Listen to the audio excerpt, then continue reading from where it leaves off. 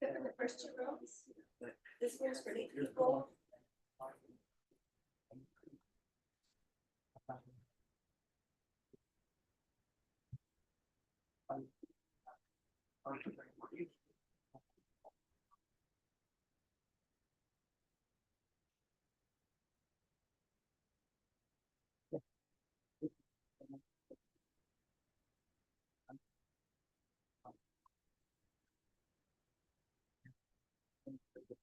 You know, Church, Yes. Strawberry Festival is this weekend. I love strawberries, and their strawberry festival is always great. Strawberry wine that they have is very good. Oh. Now, see, I don't drink, I used to buy it in a case. but You can make an exception. Yeah. One time, come on. well, I tell you what, if I were to drink strawberry wine, Deputy Lord, we would have to sing the song Strawberry Wine. I love that song. And you know what? Thank you for saying that, because the song I had in my head over and over was Neil Diamond's Hello. So now Strawberry Wine is in there. That's what I need.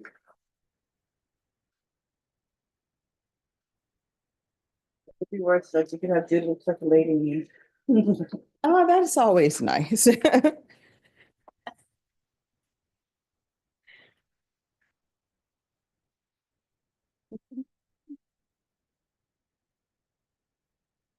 Well, I'm gonna have to talk to Cornelius when I see him, because Florida was playing a basketball game, but also acting as though they had all the time in the world.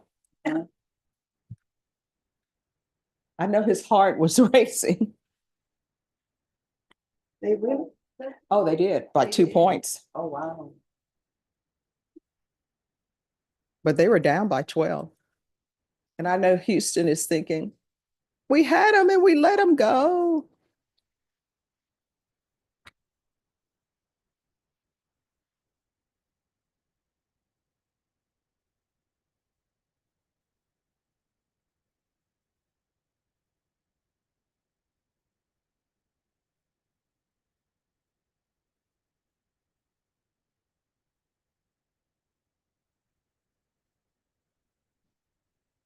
Yeah, appreciate it.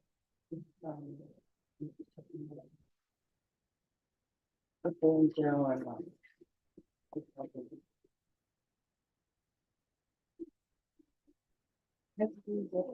Yeah.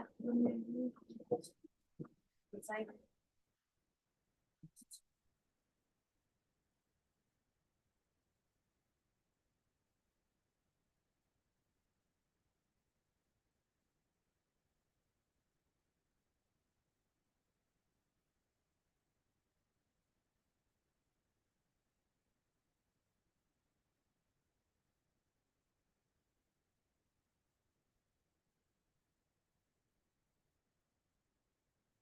And then, okay.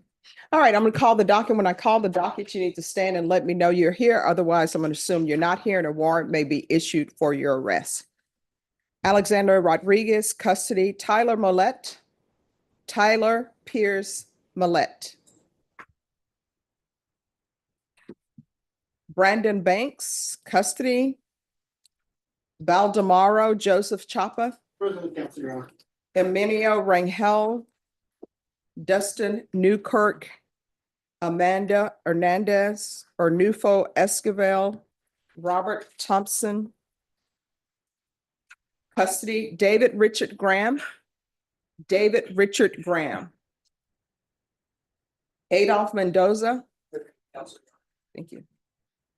Kenneth Howie, Eugene Navarro, custody, Jesse Garcia. Thank you. Aldo Sandoval, custody, Heather Pippin, Rodney Garza, Selena Allen, custody, Mark Ivy, I think federal custody, Alan Minares Perez, yes, Juan Clara, custody, Willie Cunningham, thank you, Gregory Jennings. Here you are. Thank you. Hey, could I see the file on Willie Cunningham, please? Robert Thompson, custody, Adrian Morales. Present. Kevin Deleuze. Kevin Kenneth Deleuze. Jeffrey Kesey. Daniel Hernandez. Sure. Joshua Cannon, custody. Ezekiel Neely. Thank you. Richard Baker, custody. Juan Carlos Castaneda.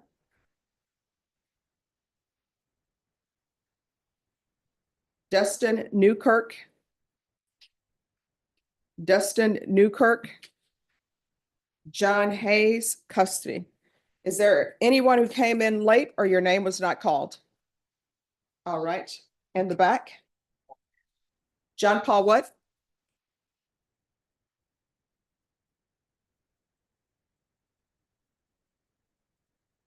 Who's your attorney? I'm sorry, man, all your subpoenaed. All right, see, this is what I'm talking about. And if I'm wrong for saying this, please let me know. But statistically speaking, when I was a defense attorney, you know, even if your client was a male, you know who you gave the reset forms to and the information to? You gave it to the sister, the mom, or the wife. Men, come on. Thank you for letting us know what's going on with him. I appreciate that. So do you know who subpoenaed you?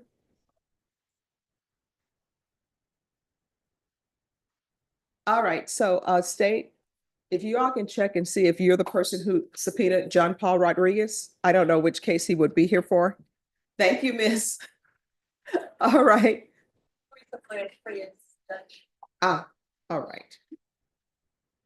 And why isn't that on the docket? Page 10? Not present, not gonna be happy. All right, thank you. And who are the people who are coming in? Ah, all right, thank you. And then there's somebody here who says they were subpoenaed. Rose. A John Paul Rodriguez. All right, everyone, these are the rules. Attorneys, do you know the rules? Do I need to repeat the rules? All right, thank you. So everyone in the gallery, if you do not see your attorney here, you have the court's permission to walk outside and call them because we're starting the jury trial up at 1:30, which means that we're recessing here at 11:30. So if you don't see your attorney, step outside and call them. Otherwise, you're going to be called back on another day. All right, thank you. Everyone, please confer. And Willie Cunningham, can you come forward, please?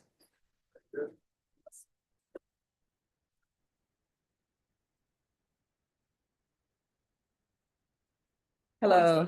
Hi. Hi. You always dress appropriately for court. I really do appreciate that. So last time your attorney was in trial and this time the court is currently in trial.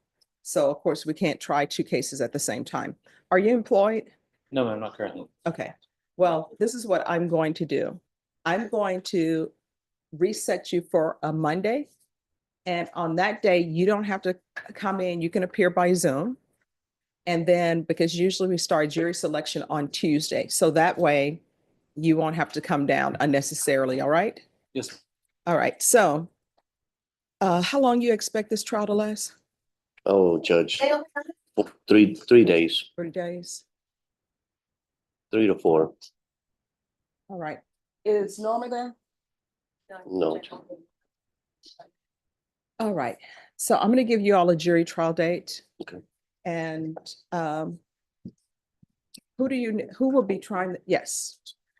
What is your week? Do you know when your family violence week is?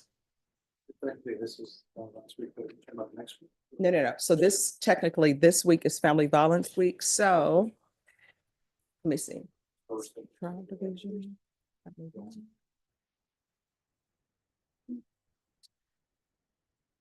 You know what I'm gonna do? You thinking 3 days? 3 to 4. All right, so what I'm gonna do, and you'll need to be here.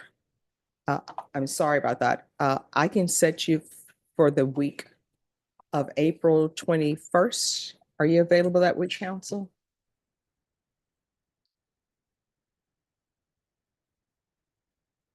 Yes, Judge, I've got a setting in federal court that morning.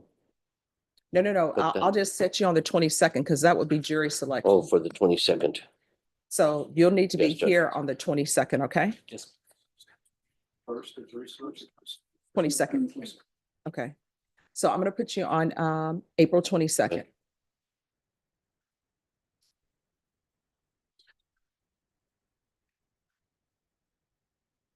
Could I have a reset form? All All right. right, thank you. All right. Thank you so much. Once you sign the reset form, you're excused.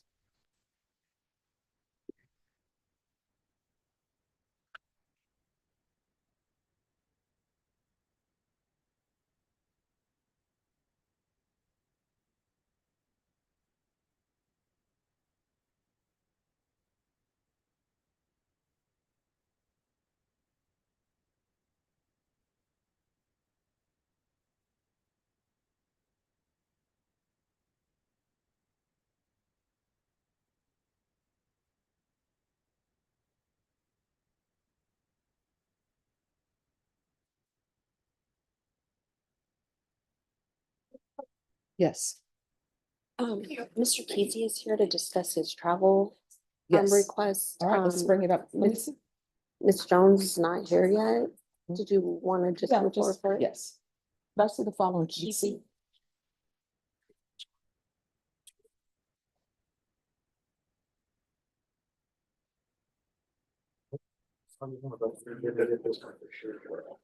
That's a good word.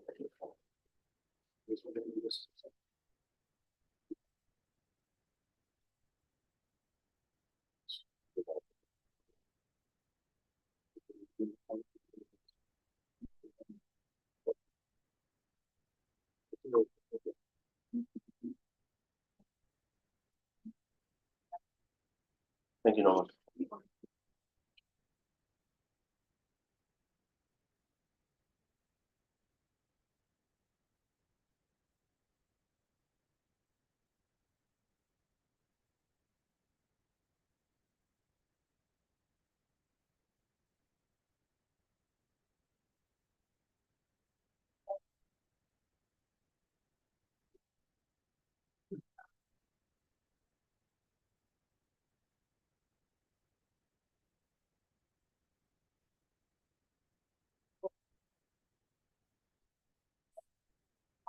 Are you ready? Are you ready? Are you ready?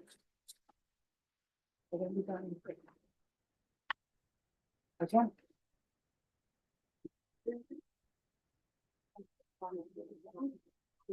All right, Jeffrey Kesey. Yes.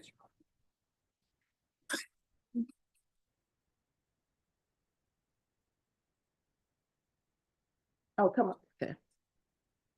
Hello. Yes. All right, thank you for dressing appropriately for court. So you want to travel? Yes, ma'am. All right, and where do you want to go and why? Back home. It's my 21st wedding anniversary, and we're going back to our first wedding anniversary, which is in Oklahoma, and go to the Arts Festival. Will be at our first anniversary. Okay, all right, and Miss Abrams, Yes, Judge. how has he been doing on probation? No concerns, Judge. Everything's been going good. And you all are still doing field visits, correct? Yes, ma'am. Okay. All right, I'll allow you to travel. And Ms. Abrams, he'll need to do a UA upon return. Yes, Judge. All right, is there anything else you need? No, ma'am. All right, happy anniversary. Thank you. 25, I think 21 years in Hollywood. How many years is that? 90 for anniversary and Hollywood time? Oh. 21 years anniversary is 90 years. I think some 7, like a dog's age. Oh, Okay, all right, have a good one. thank you, ma'am. You're welcome.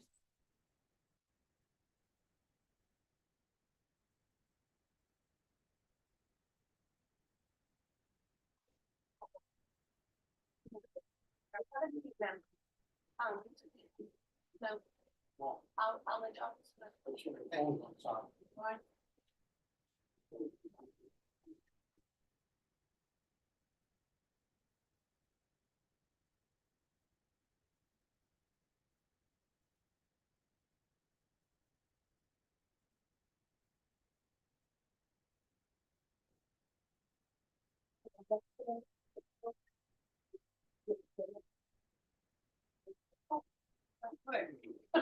Are you on the docket?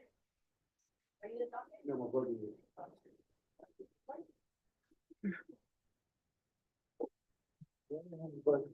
Morning, hi.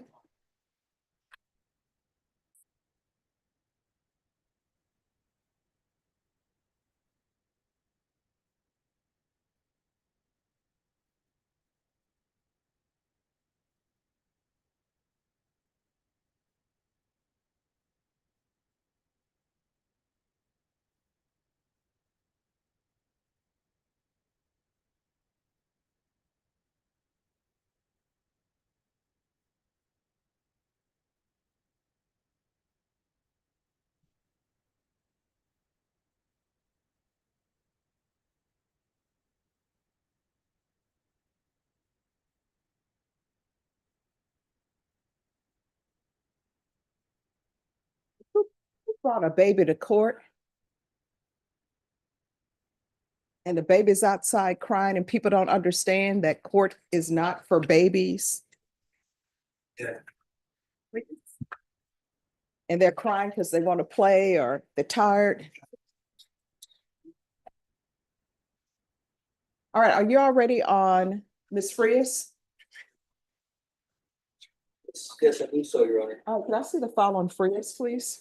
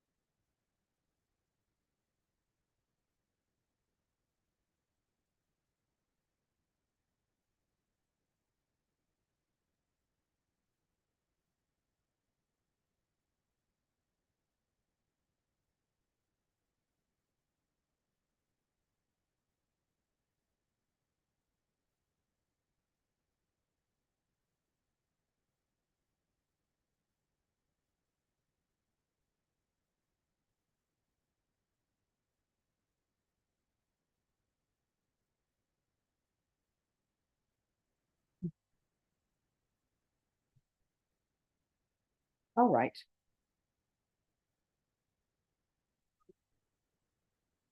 So, counsel, did you receive the report from felony drug court?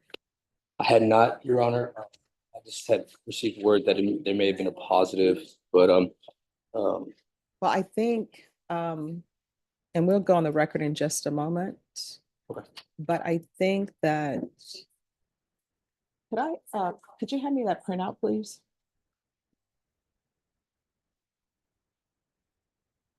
When it comes. Mhm.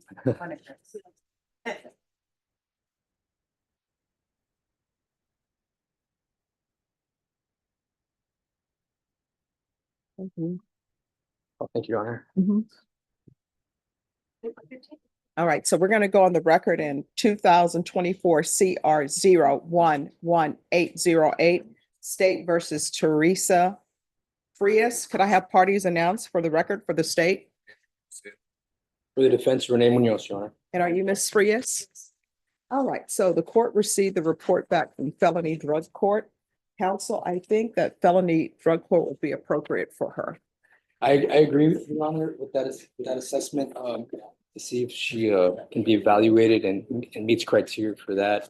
I know that my clients have experienced trauma in the not so distant past, in terms of being a victim on an aggravated assault with some pretty substantial gunshot wounds, and she's been out in the community, and I explained the situation with the positives, and that it's addiction is sometimes steps you have to work through, but that the court will likely be recommending that felony drug court. And I was telling her about the program, explaining to her, you know, it would be some years of probation, monitoring and treatment as they deem necessary. We're perfectly fine if the court wants to make that referral, Judge. Due to some of the overcrowding issues at the jail, we wanted to see if she could report on outside in the community to see about the evaluations she's been making in support here as ordered. She hasn't picked up anything new. Oh, and could I have the, that printout again? Oh, yes, please? Your Honor. Thank you. To address her substance use issues. All right. So do you live by yourself or there are other people in the home? I live with. Hmm? I live with. All right. And, oh, I'm sorry. Can you raise your right hand for me? Do you solemnly swear or affirm the testimony you give will be the truth and nothing but the truth, so help you God? All right, you can lower your hand, state your name for the record. Tues. All right. Are there any minors in the home? I have a 16-year-old. All right. And how many children do you have total? I have 6 total, but I just have the 6. All right. She's with me And half- I'm sorry? she's with me half time. Like She's what? she's with me and then with dad. So I get like 2-3 days. She'll be with him. The rest back and forth. All right. And who is your support system? My boyfriend Mhm. and my, I guess, in-law. And so do you live with your boyfriend and in-laws? All right. And how long have you been living with them?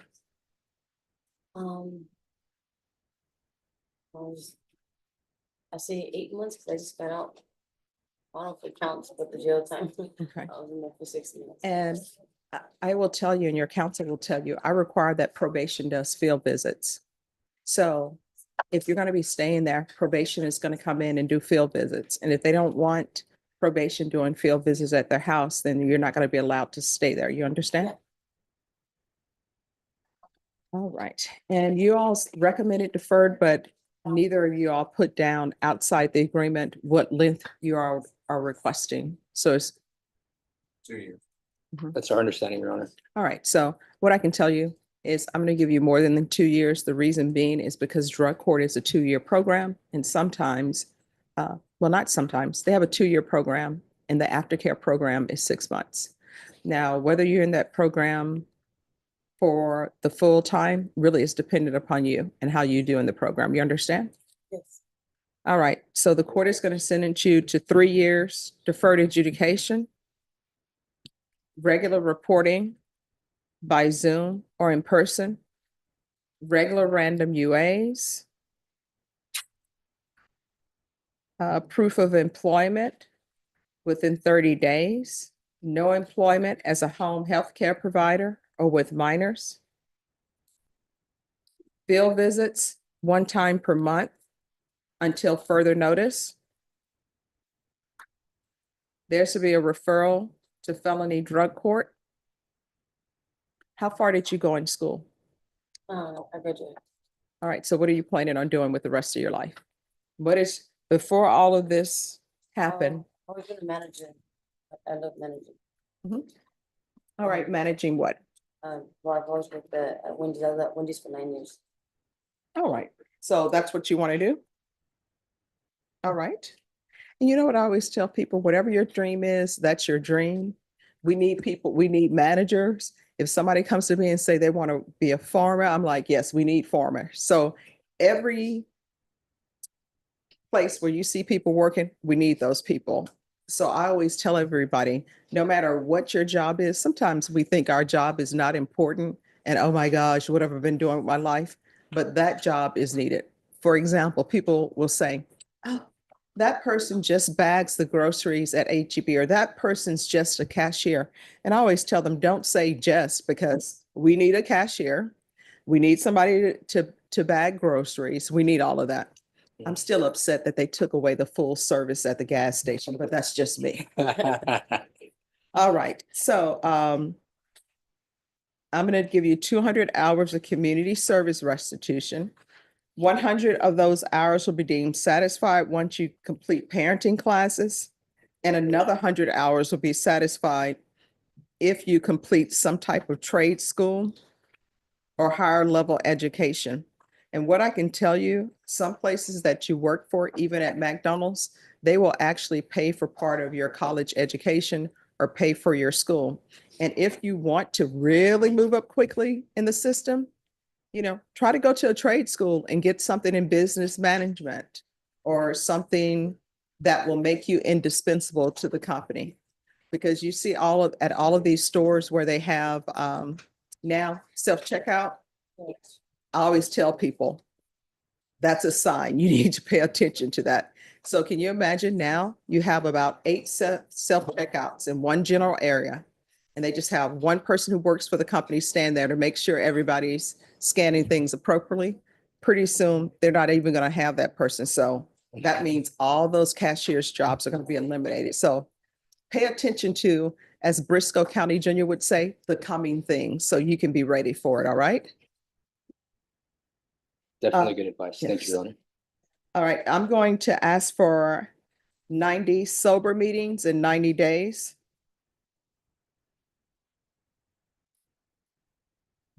Take in consideration 2024 CR 011807. Yes, thank you.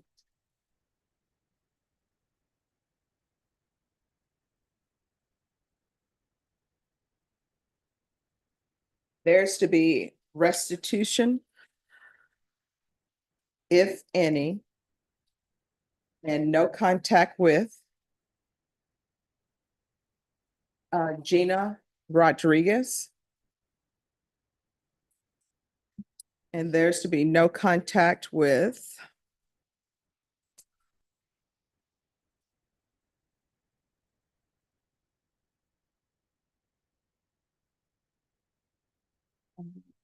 Martin Alonso.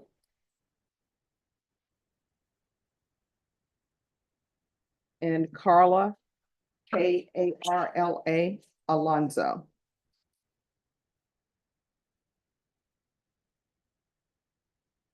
And there's also to be no contact with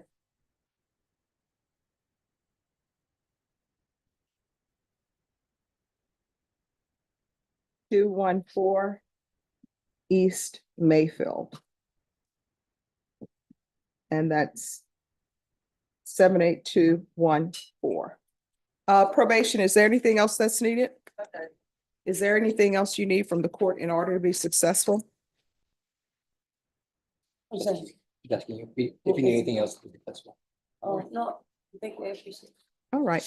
And did you review the document entitled Trial Court Certification of Defendant's Rights to Appeal with your attorney? Did you understand it and sign it? Because this is a plea bargain agreement, because I followed your plea bargain agreement, and because you waive your right to appeal, you do not have the court's permission to appeal. Do you understand? Yes. All right, we can go off the record. Here's the thing. I know that life gets hard for people. I know that sometimes we get into relationships and we're like, we wake up and we say to ourselves, how did we get here? But if we are in relationships that are not good for us, best bet is to get out of that. With regards to drug use, let me explain to you. And I tell this to a lot of people. Sometimes they don't believe me, but you see the news. You'll be able to see if I'm telling the truth or not. There are only two things going to happen from using illegal drugs, and sometimes using prescribed drugs. Either you're going to end up in somebody's jail on a regular basis, rotation, or either you're going to end up in prison. Because at the end of the day, possession cases, possession less than a gram, possession 1 to 4. You know the difference between you and the other person who doesn't get a possession charge? The person who doesn't get a possession charge has used the drug before they are caught, right? So either you're going to end up in jail because you're going to get caught, or either somebody's going to have to identify your body in some field somewhere. And I don't think you want them having to go to your 16-year-old to identify your body. And it will start with, she's missing. We haven't seen her in a while. And then you know what people will say and what the police will say? They would say, but look at her history. Maybe she's just on a bender, right? And then 2 weeks going to pass by. then popping up on Facebook is going to be your photo, and everybody's going to say, will you please share this? Then the police or some jogger or whoever it is going to find a body in a field somewhere where they're out fishing, or either find a body, on the sidewalk. And then they're going to say, oh, we think it's her. And then they're going to have a relative or somebody who knows you come and identify your body. And I don't think you want your 16-year-old to have to do that, or your family members to have to do that. So whenever you're using, I always tell people, do it. Stop doing drugs for yourself. But if you can't stop doing it for yourself, you know what you need to constantly tell yourself? I don't want my relatives to have to identify my body. I don't want to spend the rest of my life in prison. In this court, to be successful on probation, communication is key. If there's an issue, talk to your probation officer. If you feel as though probation is not addressing it, you can always come back to court and address it with me. Felony drug court, your attorney will tell you that's a great program, but it's only as great as you make it. You have to take advantage of the services they're offering. You understand? And be honest with them. All right? All right. Good luck to you. Thank you so much. You're welcome. And thank you for dressing appropriately for court.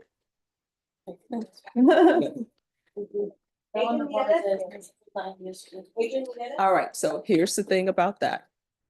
I understand that sometimes people are dishonest with the court because there are consequences.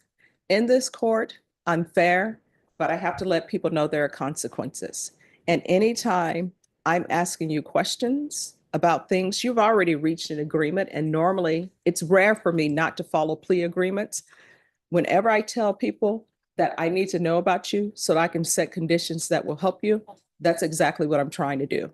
Because the last thing I would want to do to somebody, if they have drug issues, I just send them off into the world and don't even address it, because that's not going to be good for you, because that's why you're here, because you have drug issues. All right.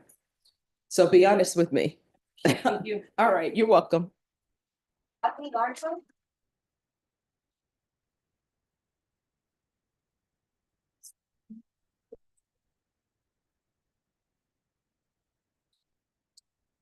Anthony Garcia?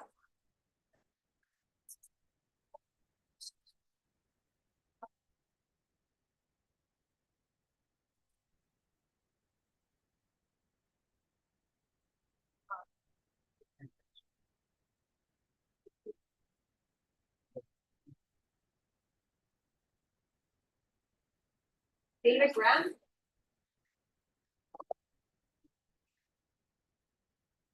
The model.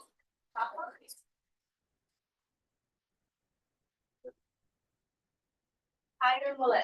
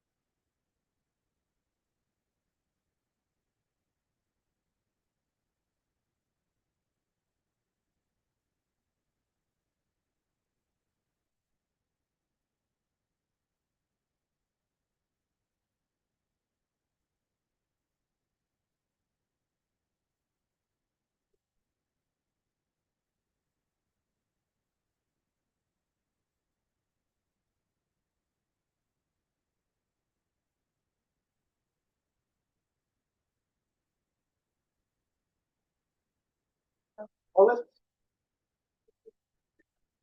Tyler Pierce Mullet?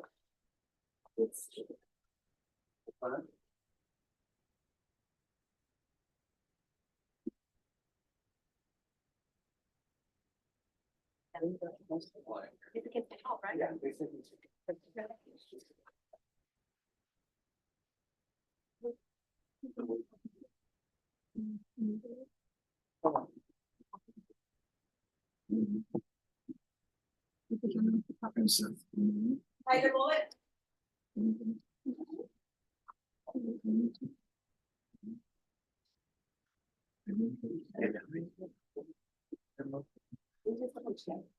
When I called the docket, he wasn't here. Nope. No. Oh, he wasn't here? No. Okay, well, You ready to proceed? I do need to proceed. I'm actually gonna, All right, can I see the file on Tyler Mullet, please?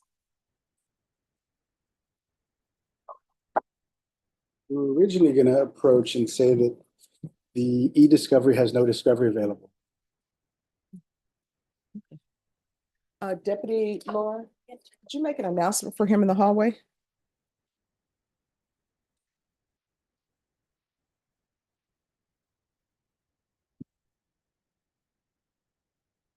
Still here? Fine. Yeah, stop that.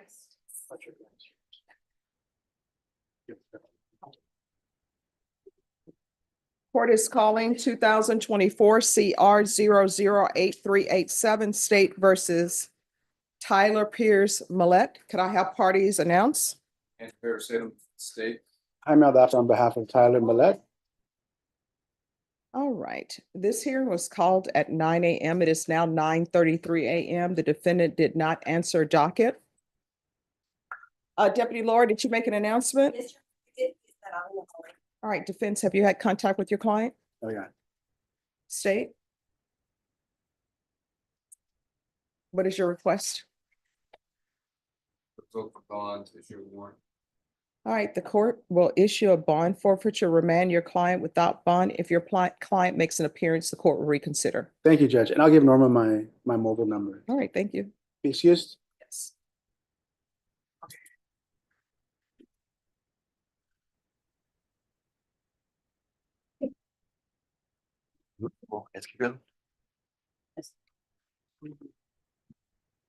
If you want to put it at the bottom, if there's a list of people, because they're bringing them out. Thank you, Norma.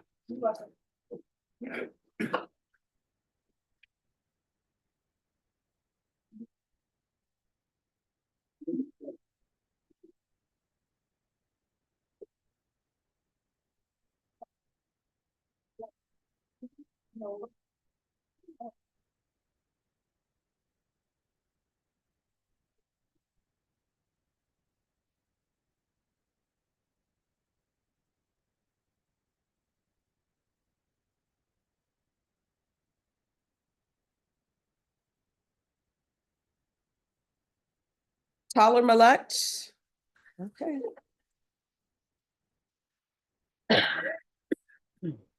David Richard Graham. David Richard Graham.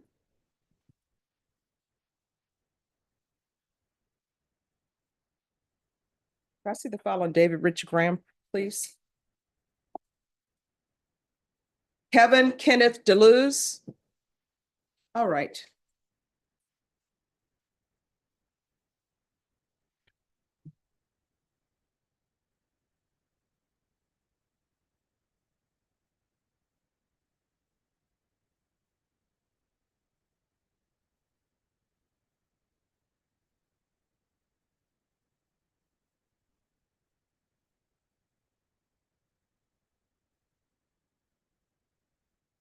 Hello.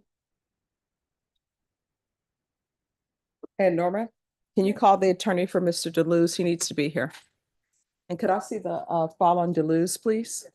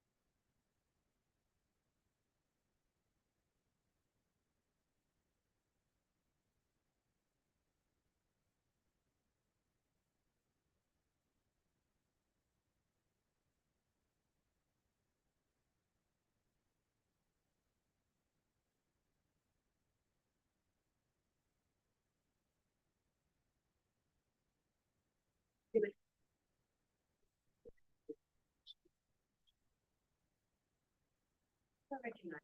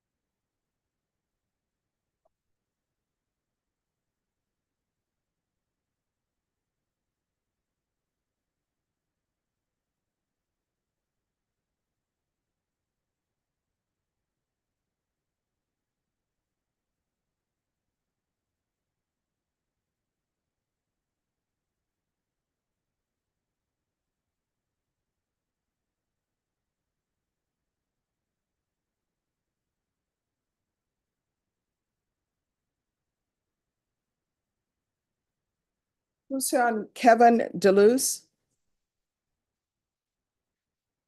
All right, just have a seat. We're waiting for your attorney. All right, what? Is this attorney here? No, it's Zachary, Judge. Yeah, so why not being Oh, passed? No, I asked that you call his attorney. I did. All right, so as soon as his attorney gets here, then. All right, thank you.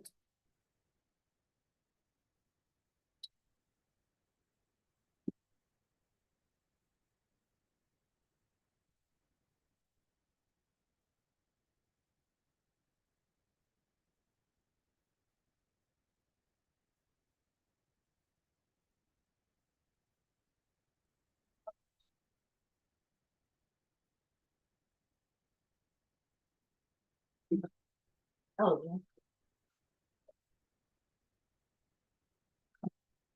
yeah. Just so you're aware.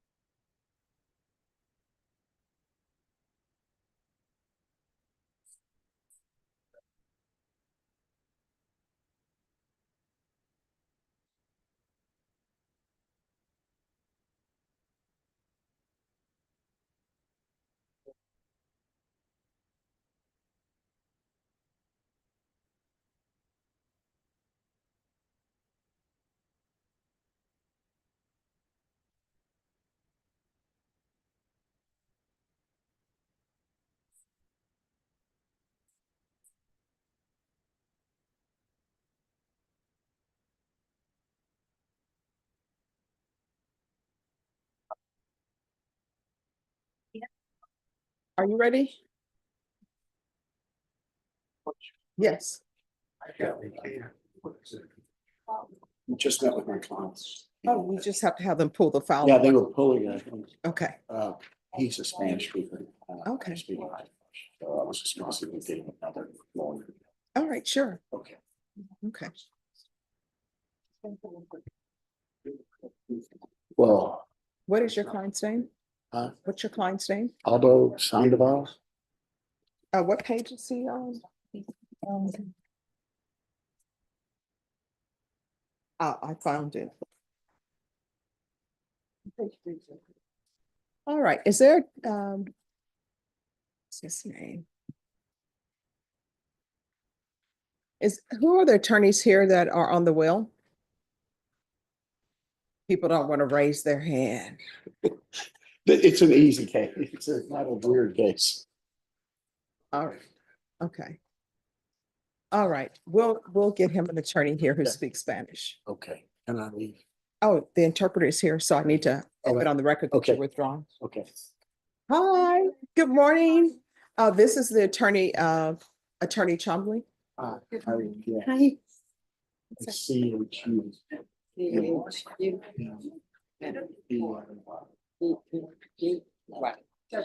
Yes. She does. Okay, all right. Okay, I was like, are you hiding? Thank you. Have a good day.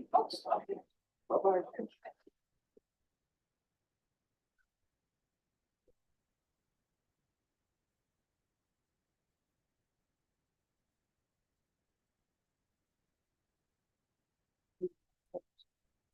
Hello. All right, if you have your client come up. He's in custody. All right, Aldo Sandoval, come down.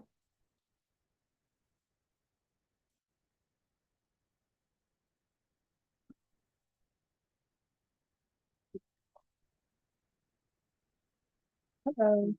Oh, Hello. hola. ¿Cómo está?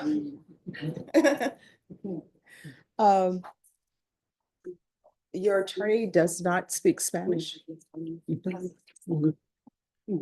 So your attorney is asking to withdraw. And we will appoint you an attorney who speaks Spanish. Do you understand? Yes, I understand. Do you have any objections to this attorney being allowed to withdraw? No, it's fine. All right, so I'll allow you to withdraw, Thank you. counsel. You're excused. Appreciate it. And we will get you an attorney today. All right, Good. just have a seat. Counsel, are you on the wheel? Are you on the wheel? Okay, all right, thank you. All right, thank you. Your Honor, I get to. Yes, you may. Thank you. Renee, do you speak Spanish? Yes. Are you able to take a case? It's a possession less than a gram case? No problem. All right, it's Mr. Sandoval. Okay, is he up there? Yes, Mr. Sandoval, if you'll raise your hand. Yes. Oh, no, just raise your hand. Okay. I think All right, thank you. Norma Renee said he could do that. He's on page 3. All right, Kevin DeLuz.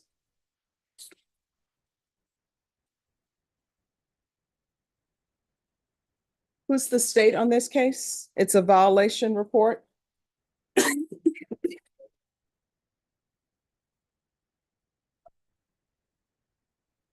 It's a violation report, family violence. Was it on touch? Kevin DeLuz. Okay, we haven't had any chance to confirm. We have to. Yes. I just have a seat, yes.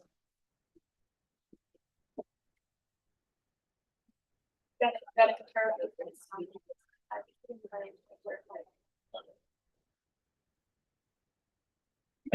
Yeah.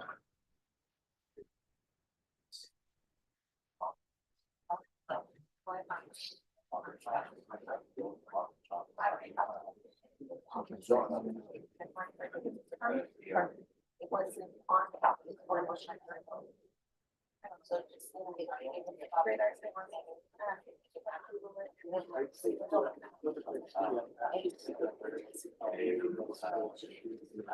Guys in the back now. Appreciate it.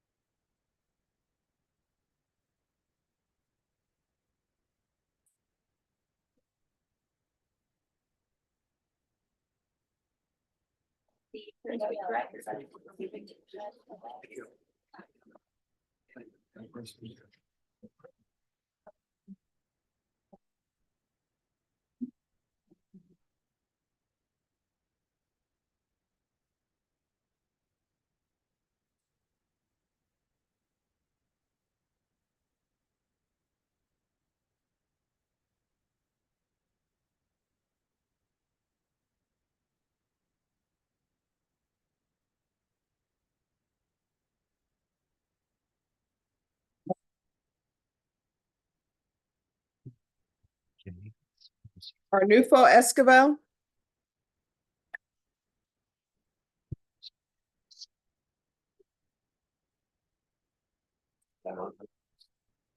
Which side am I supposed to stand on? Which one? That's all. Making sure.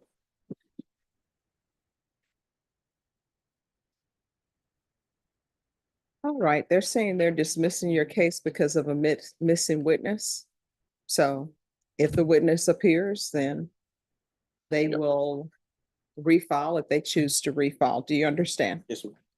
So they're not saying that you did not commit the offense. They're just saying they're dismissing it because they have, I'm assuming this is a material witness. Okay.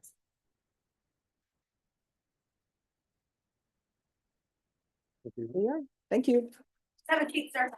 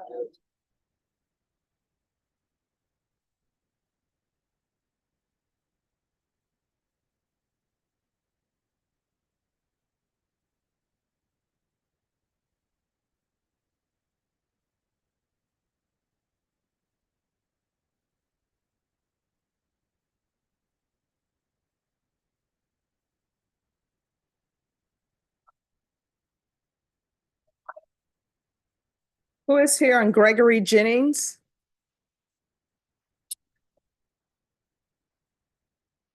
Who's the attorney for Gregory Jennings? All right. We just returned judgment. All right, Gregory Jennings. Morning, Your Honor. Good morning.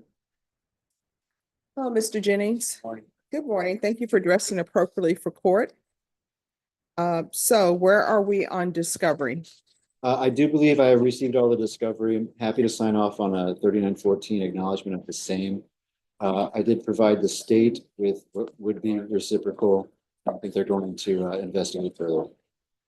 All right. And state, were you able to tender an offer? All right, so state, you'll need to tender an offer. How old are you, sir?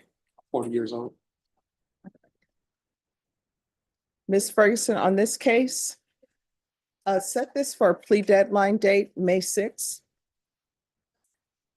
All right, your plea deadline date will be May 6th. On that date, you need to let the court know whether you all have reached agreement. If you have not reached an agreement, then you will be put to jury trial. Do you understand? Yes. All right, once you sign the reset form, you are excused. All right, thank you. Thank you, Judge. You're welcome. Have a good one. You too. Or not that I'm leaving. Okay.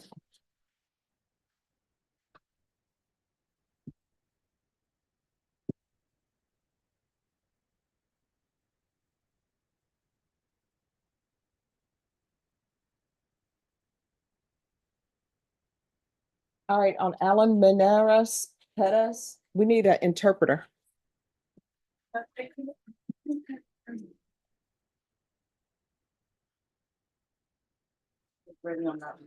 Not without an interpreter.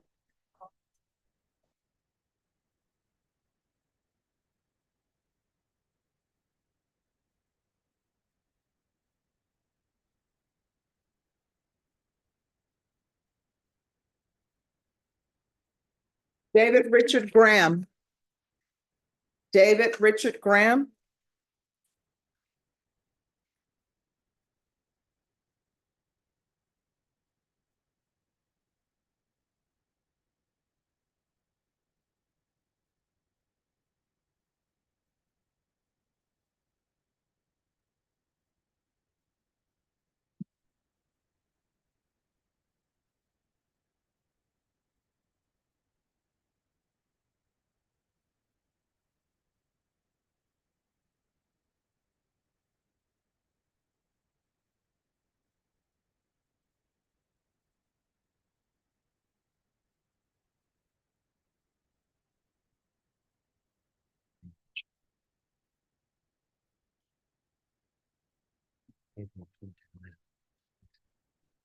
He's been subpoenaed by the state to testify in trial May 5 to May. He'll be here. Sorry. We just might let her know that, you know. Yes. Yes. Good morning, Your Honor. Good morning. We just spoke about Mr. Jennings. Mhm.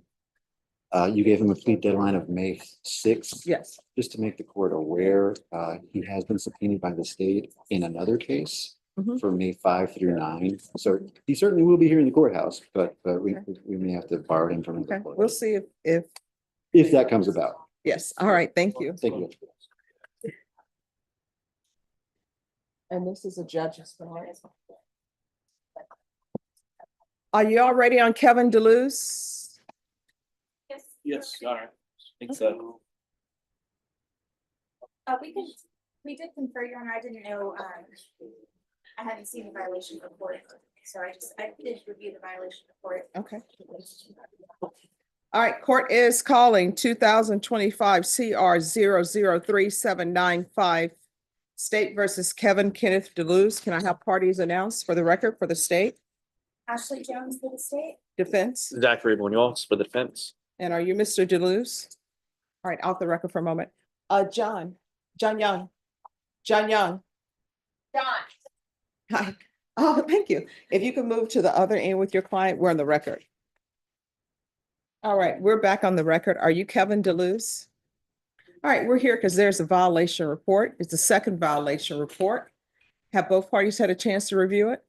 Yes, Your Honor. All right, they say that he's in the inclusion zone and that he keeps making unauthorized stops while he's on GPS.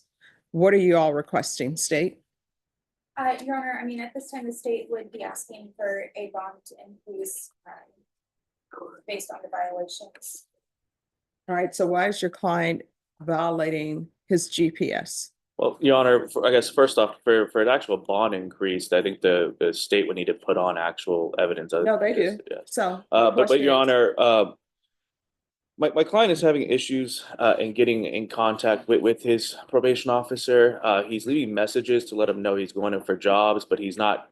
Unfortunately, my client is in a desperate need to get there, and then he's not given. I don't think the problem is he's not given a sufficient 24-hour window. He's giving less than 24 hours notice to his officer, and so I think that's what is continued violations. Now, I understand a lot of Some of these violations, they are not a place of residence. no. I mean, they're not a business, they're places of residence. For Yes. example, he's in Converse at Northampton Park. He's in Converse at a previous residence. So, Your Honor, my understanding is my client was actually moving from this the 8134 Cantura Mills, and you're currently living 8545 Copper Sky. okay. He's currently living at 8545 Copper Scott. Copper Sky. Copper Sky. Sorry, Your Honor. And so I think those what those addresses were. The liquor stores are actually if you turn to the page to the GPS coordinates, it's within 300 feet. If you look at the next in that same shopping mall, the next business over is actually a barber shop. My client is a licensed barber. He is trying to get additional employment. Prior to this case, he actually owned his own business where he would go out and work on IT. He still does do that. However, given the nature of this case and the inability to leave his home and coordinating with that, he's trying to find a more stable employment 9 to 5 type of job. No, but does anybody want to have the pretrial services officer zoom in? Because there are other things that are being said in this report.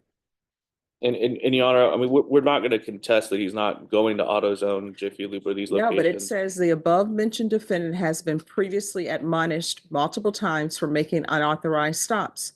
When questioned the defendant, he confirmed that the following listed unauthorized stops were not work-related. So they're saying he's confirming that they're not work-related. So, well, my client is stating to me, and I'm we can put him under oath here, but he's stating that the location that he just is describing that he was an unauthorized work-related stop was Walmart, which was for essential needs. And I will in some of these, Your Honor, the Dollar Tree, the Chef Joe AutoZone, Jiffy Lube, those were to get car parts. Family Dollar, those are to get groceries. So it's my client.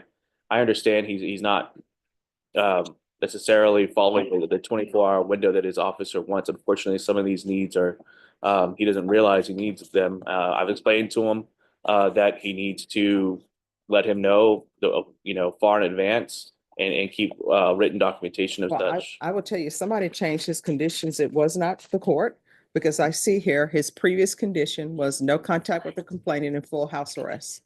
Then someone came back and changed it to no harmful or injurious contact with the complainant and partial GPS. Here's Yes. the court's problem. He's not following GPS rules. If you don't want to follow GPS rules, then you're not on GPS.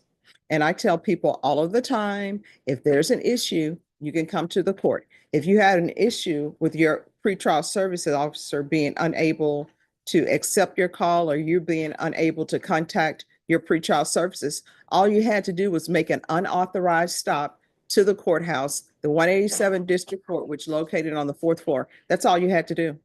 Yeah, Your Honor, and that's partially a scheduling error with myself. My client has reached out to me to ask for a modification to GPS tracking only to assist him to stop having these issues. That is going to be a request that I believe is on file, but I understand it's not set for today. You know, and I was the attorney that did modify it. That modification was based upon receiving an affidavit from the complainant stating that she was not in fear of my client. She actually recanted one of the allegations as All right, well. this is what's going to happen. State, do you have witnesses? We don't, Your Honor, at this time, However, if the court would like to hear from the pretrial officer of the state, then we can try and get a hold of them. All right, we can call him the pretrial services officer. I say we, the state. Okay. Are you gonna object to them appearing by Zoom? No, Judge, no. All right, Ms. Ferguson. If you can have the pretrial services officer zoom in on this case. All right, just have a seat and we will continue. Thank you. You're welcome. Who is here on Alexander Rodriguez?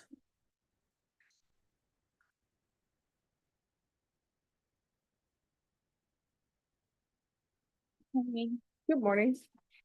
Your voice carries. He was able to hear you. Sometimes, and then I have people sometimes who say they still can't hear me. All righty. So on this case, you're scheduled for jury trial. We're ready, Judge. We're currently in a jury trial, can't do two trials at once. So Ms. Ferguson, recall this for jury trial, April 21st. All right. And they will bring you over dressed for trial in whatever civilian clothing you have at the jail. If you wish to be attired in something different, you'll need to do a clothing exchange with your attorney. If We there's are- an issue with it, let the court know. We've already taken care of it, Judge. All right, thank Thank you. you. Oh, defense. I have some motions here Yes, for you. Judge, it's one motion. They just stapled the motion and the order separate. I'm sorry. And what was the previous amount that was given? Oh, no, Judge, I'm All sorry. right. If you can find Let out me go for me what find it it. is. Do you have the file? Oh, can I tell you, somebody took my pen. I think it's the pen. I will give you another one, but you have to promise me I get yours. Oh, yes, most definitely. Yes. Someone took it. Let me get her. All right, thank you. No, I didn't give the last one away.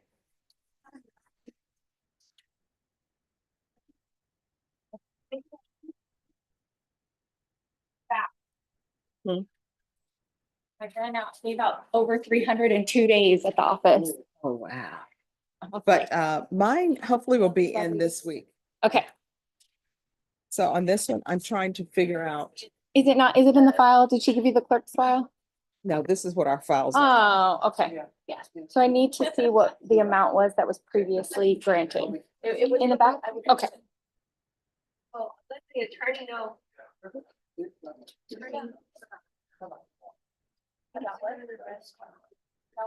Okay, and we have the interpreter here. When you all are ready, let me know. Are you ready with the interpreter? Yes. Okay. And who's here on Juan Manuel Clara Rascon? I am, Judge. Good morning. All right, and your client, Spanish speaker too. as Yes, well. Your Honor. All right, we have the interpreter here. If you want to speak to the interpreter to have him brought up. I've spoken to her already, Judge. All right, let's bring her up and your client.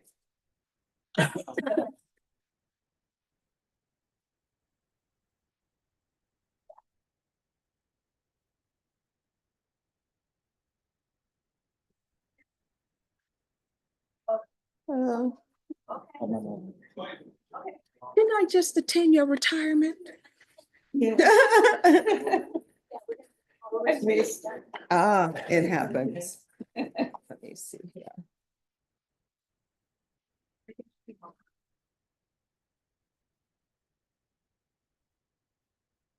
All right. Let me pull this up on Odyssey.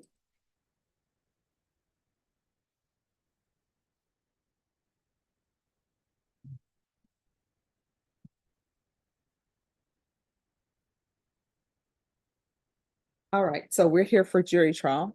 Yes, Your Honor. Court's currently in a jury trial. Ms. Ferguson? On this case, if you recall this for jury trial on the 21st? Unless your client wants a bench trial. April 21st, Your Honor? Yes. Okay. He doesn't address unless your client wants a bench trial. He's April 21st. Yes, Your Honor. All right. All right, sir, do you have any questions? No. All right, so you'll be brought over dressed in whatever civilian clothing you have at the jail. If you wish to be attired in something different, you'll need to do a clothing exchange with your attorney. Counsel, if there's an issue with the clothing exchange, let the court know and I'll see if I can help expedite. Yes, Your Honor. All right. Do you have any questions, sir? No. All right, thank you. Toma tiempo.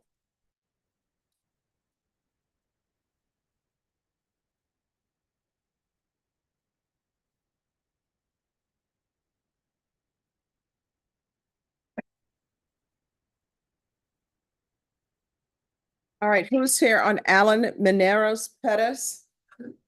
Good morning.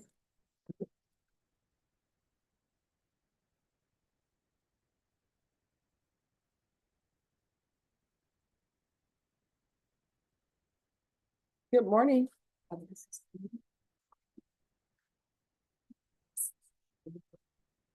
All right, court is currently in jury trial, so we can't have his jury trial today. Unless you would wish to have a bench trial. We would not, Your Honor. Okay, We'll go ahead and stick to our jury. thank trial. you for being direct. Yes. ma'am. All right, so we're currently in a jury trial, so we can't do two trials at the same time, you understand?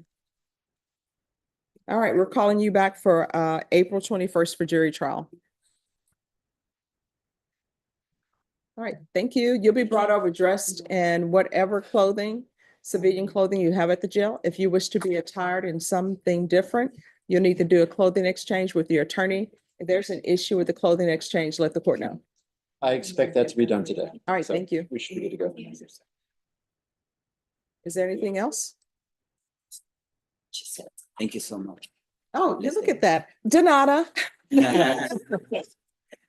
Thank All right, thank you. Thank you. Thank you. Hey, let me ask you something. Yes, Are you gonna need, do you need an interpreter? I think we had talked about that the last time I sent one. All right, so here's the thing. If you want an interpreter, Clara. then we'll give you an interpreter. Okay. If you don't need an interpreter, then we won't give you one. Do you need an interpreter? No. All right, let's go on the record. Thank Court you, is sir. calling 2021 CR 6862, State versus Alan J. Mineros Pettis for the defense. Dante Dominguez for the defense. And are you Mr. Alan J. Mineros Pettis? All right, if you could speak in Spanish. All right, and could you raise your right hand for me to the interpreter? Do you solemnly swear and affirm you will faithfully translate from English into Spanish and Spanish into English, so help you God? I do, Your Honor. All right, you can lower your hand. Can you raise your right hand for me? Do you solemnly swear and affirm that the testimony you give will be the truth and nothing but the truth, so help you God? Yes. All right, speak in Spanish for now, okay? Sí. Yes. All right, the questions I am going to ask you are not about the facts of the case, and state you may be excused. The only questions I'm going to ask you is in regards to an interpreter. Do you understand? Sí. Right. Yes. Now, the reason why the court said we will have an interpreter here, because I think at first you were saying some words you don't understand. So we have an interpreter here. For your jury trial, we can have an interpreter as well, who will translate from English into Spanish and Spanish into English. Do you understand? I do. I see. Spanish. Sí. All right. I do. Okay. Do you wish to have an interpreter at your trial? No. Do you wish to have an interpreter for any of these proceedings? No. No. All right. Do you need an interpreter? No. No. All right. I know ma'am is not the Spanish word for ma'am. What's the Spanish word for ma'am? Señorita. All right. Oh, look at me. I'm a señorita. I like that. You know, they always say, well, in French, you have different sayings or different words if someone is older or younger. So I'm a señorita. Same in Spanish, Your Honor. All right. That was. Yes, ma'am. All right, then we can go off the record. Now that song is going to be in my head. The señorita song. All right, so we'll see you back on April 21st. Okay. Then. And I'll notate that you do not need or want an interpreter. All right, thank you. Let's say. Well, you too. Thank you, Judge. You're welcome. It's gonna ask to approach on site online, so if you don't mind. So that's just- I don't want you to. Your Honor, Yes. before the interpreter's excuse, may we announce quickly on the matter I was just appointed on since my client's a Spanish speaker? What is Aldolf Mendoza? Aldo Sandoval, Your Can I Honor. see the phone, Aldolf Sandoval? And if you can have Mr. Sandoval come down. Yes, Aldo, puedes venir aquí.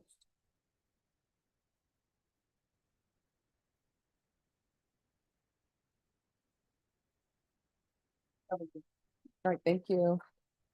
Just 1 second. Of course, Your Honor.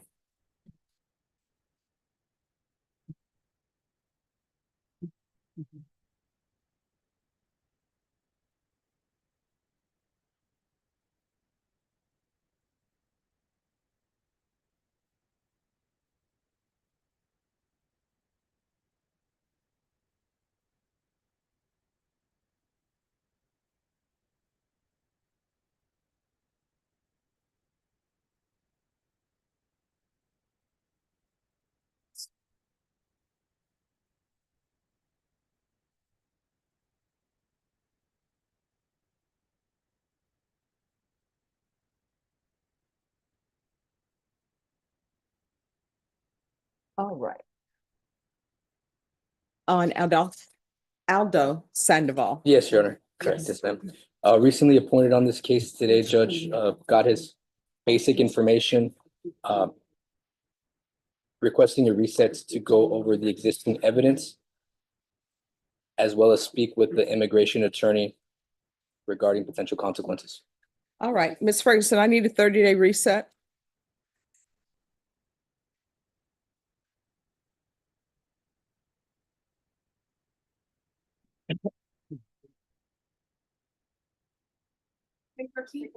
I'm gonna be out that week. Norma, can you do maybe perhaps the week after? Straight. Yes, the 19th. Perfect. Yes. Actually, I'm swamped that day. Do you guys have the 20th? Yes. 20th. All right, we're gonna bring you back on the 20th of May. Perfect. Do you have any questions, sir? No, that's fine. All right, thank you. Maybe, yes, thank you so much. It's good seeing you. Please.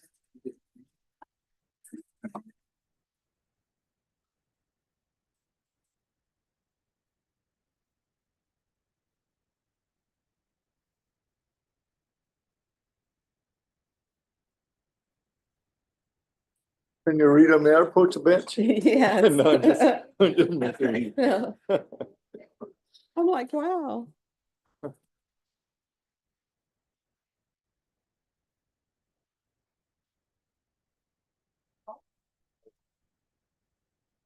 It's me thinking.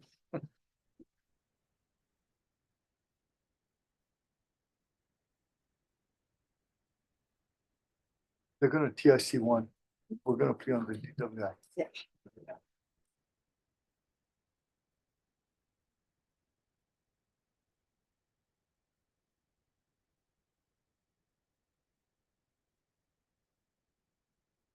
Thank you.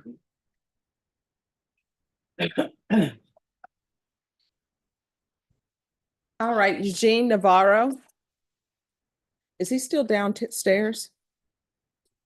Sorry, who did? Eugene Navarro. No, we have him in the back bench. Oh, can you have him come out just briefly?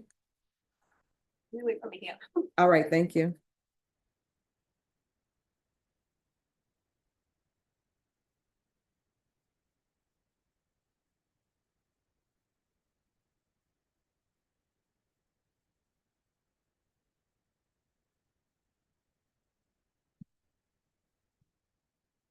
Oh, yes.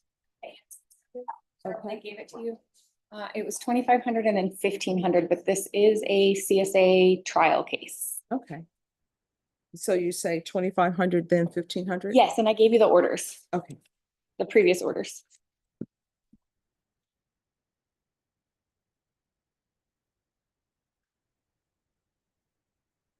With a lot of witnesses.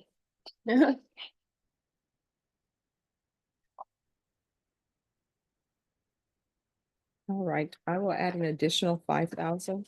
Thank you. If more is needed, just let the court know. Okay, thank you, Judge. And then I will hand it to them and they can put it, get you a copy. Perfect, thank you, Judge. Let me take it back. May I leave it with her? Okay, thank you. Adolph Mendoza. All right.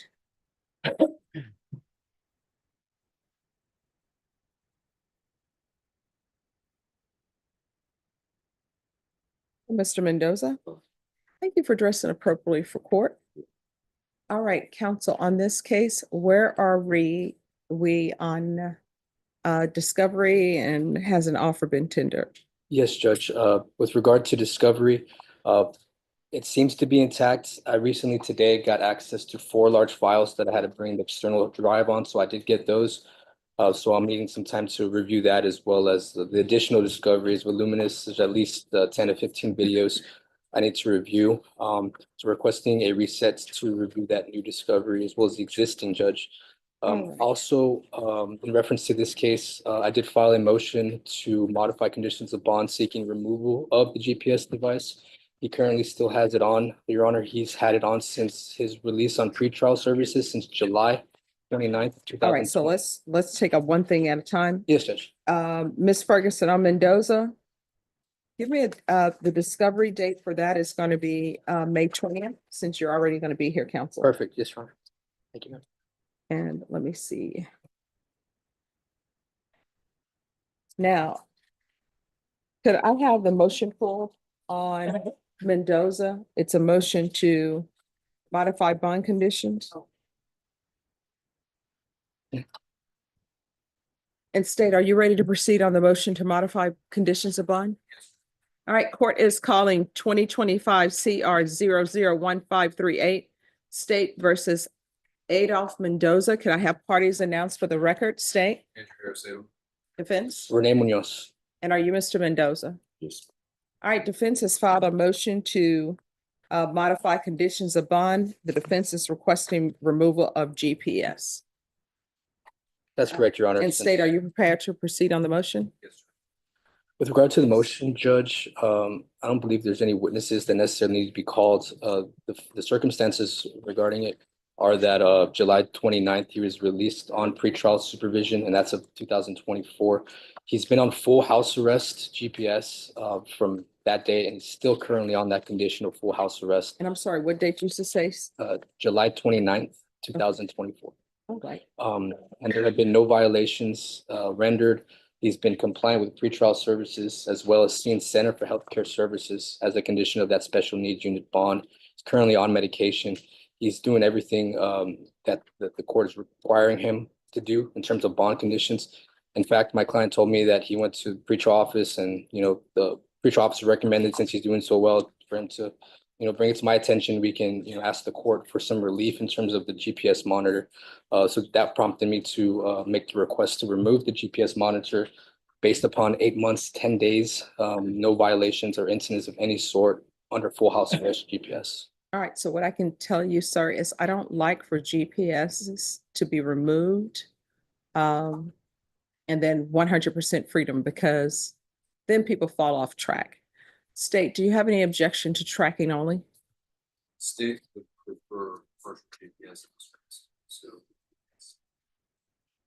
All right, and so why are you requesting partial GPS? Because the defendant, Mr. Mendoza, and the complainant neighbors. I think it's important to keep track of where Mr.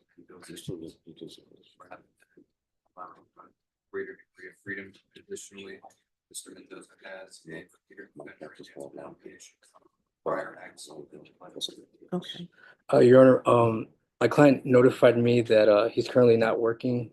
His doctor doesn't allow him to work. So essentially, without it being changed to tracking, it would essentially render him still full house arrest GPS. All right, so would you like, State, just a moment. State, would you object to partial GPS for medical appointments with a curfew? That sounds acceptable. So no, would not object. All right, so if you all can figure out a curfew time, so he'll be on partial GPS with curfew. All right, so if y'all will step back. So with that, Your Honor, the curfew time, he would essentially be allowed to be out in the community, but aside from certain hours? Or, Yes. okay, So the partial GPS, when I say partial GPS for medical, and I'm gonna have, this is gonna have to really be written very well for pretrial services. This is what I mean. Whatever time your doctor's appointment is, he's allowed to go. Whatever medical, he's allowed to go, even if it's outside the curfew. But if there is not a medical issue, then he is going to be on a curfew. Okay. So for example, if on Monday he doesn't have a doctor's appointment or any medical, then he has his curfew, whatever time that is you all agree to. If on Tuesday, let's say you all agree that his curfew is 5, well, doctors are usually, let's say you agree his curfew is 3 p.m., but his doctor's appointment is at 4 p.m. Well, he'll be allowed to go to that doctor's appointment outside of his curfew, but then okay. immediately return back home. So the curfew situation is like, say he wanted to go to the grocery store, and as long as it was in that curfew, he'd be allowed to go to do something Yes. like that. Okay. Yes. That sounds good. Yes, Your Honor, we'll confer regarding the times. I wanted to say something. Mhm. I want to get off because I usually take my kids to school and to work. That's why I really want to go, so I can take them to work. Well, if you are on a curfew, then if the drop off and pickup is within the curfew window, then you'll be allowed to do that. I want to make sure, because that's the reason why I want to get that's my kids. All Yeah, right, we'll yes. work on it. So defense, state, that's the agreement that you all have, that he's to have partial GPS for medical appointments with curfew. So I'm gonna hand the defense the order, and once you all Yes, sir. put it in there, that's what the court will order. You'll need to be back here on May 20th for discovery. Counsel, if you will get the reset form, you're excused once the reset form is signed. And once you all do that, I will sign it and you can make a copy and we'll make sure pretrial services has it. Just to clarify, Judge, if when we come to this agreement and it's written on the order for your signature, do we have to reapproach on this one? Okay, No. it's on the side. Okay, great. Yes. Thank you. You're welcome.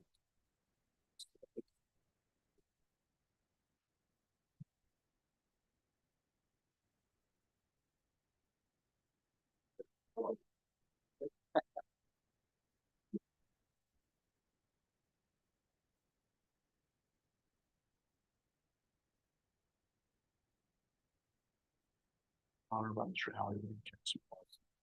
Kenneth Alley.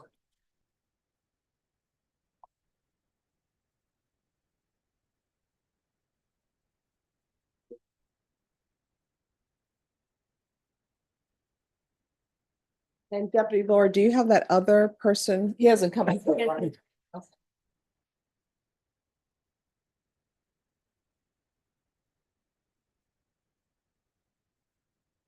All right, on Deleuze, can you come forward, please?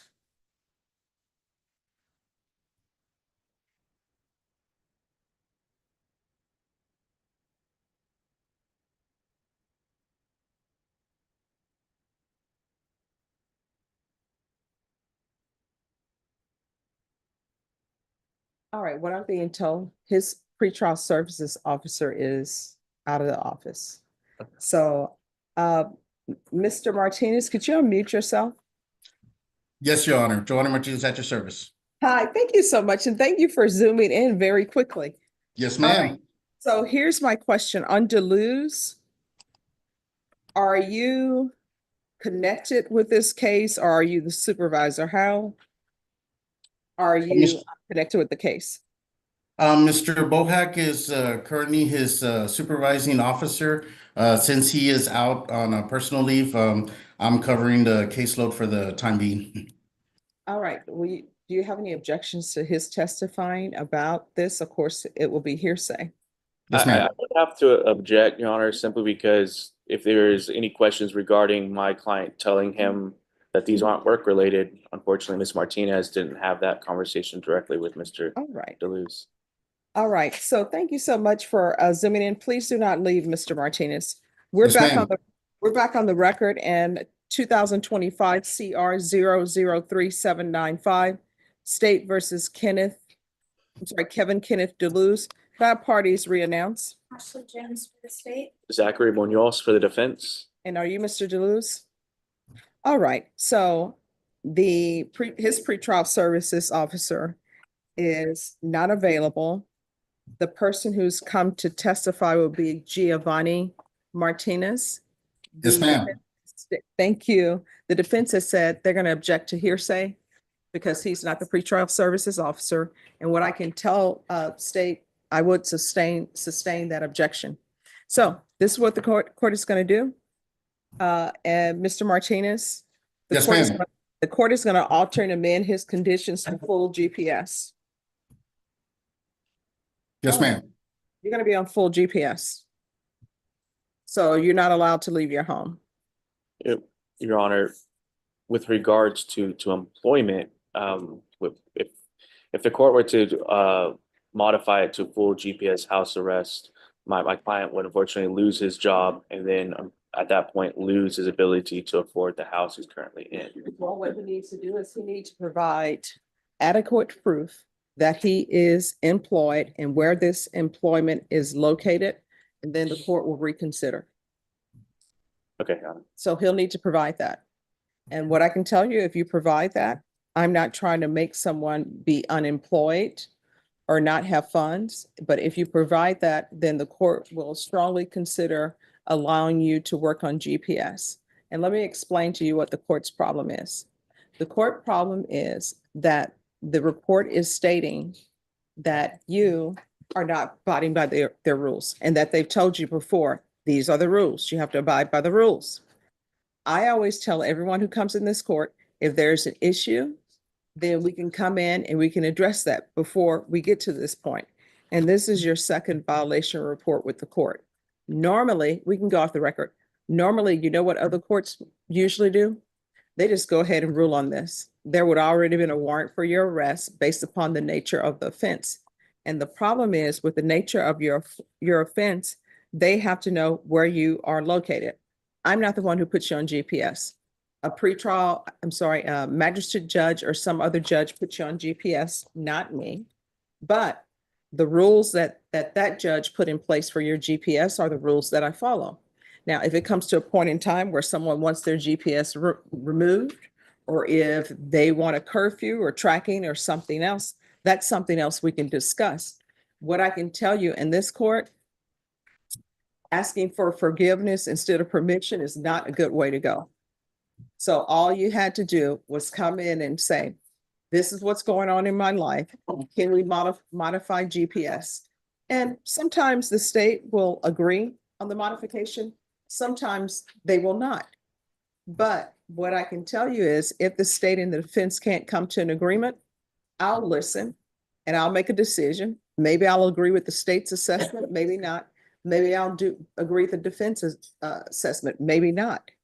And then sometimes when states and defense, when you all have agreements and I don't think it's appropriate, then I don't agree with it. I don't do it.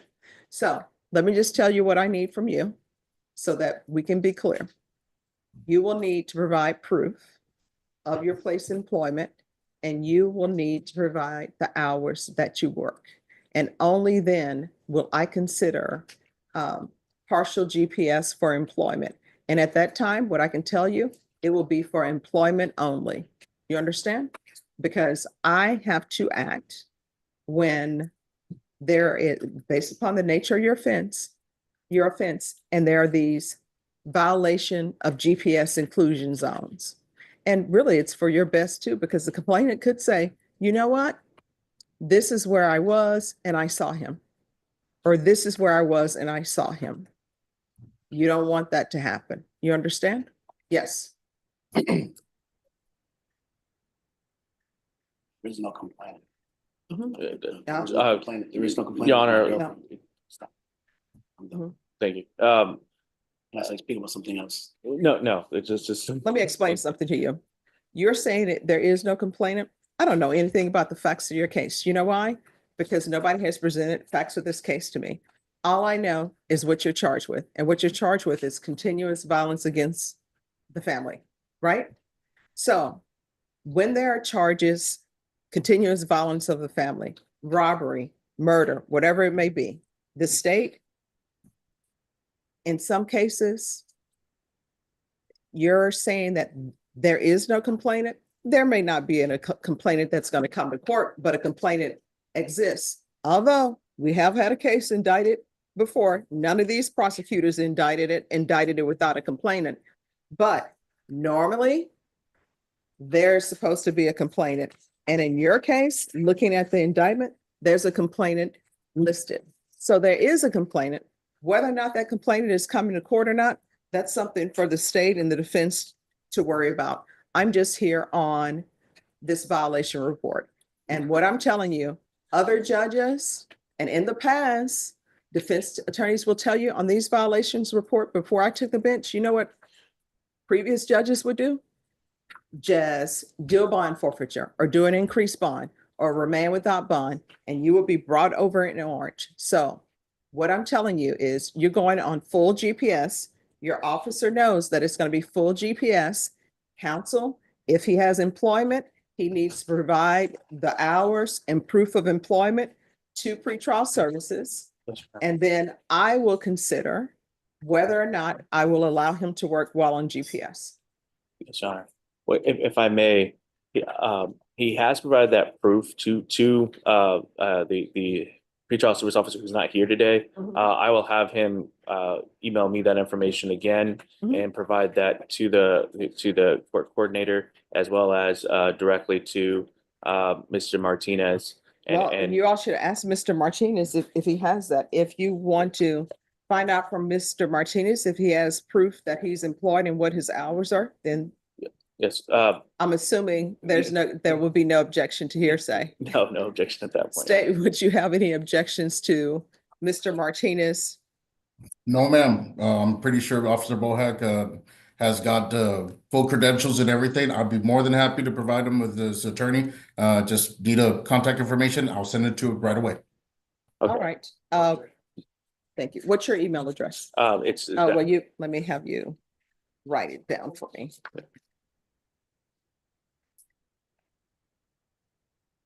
And Officer Martinez, thank you so much. I'm going to put in the chat the defense counsel's email address. Thank you, ma'am.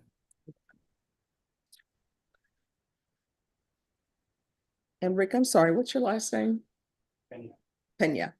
All right. And if you're going to include the state's attorney, Rick Pena, is it Richard really? Ricardo. And Ashley. All right. So if you can include Ricardo Pena in the email as well, he's the state's attorney. Okay, it's Zacery? Yes, ma'am. Okay. Yes.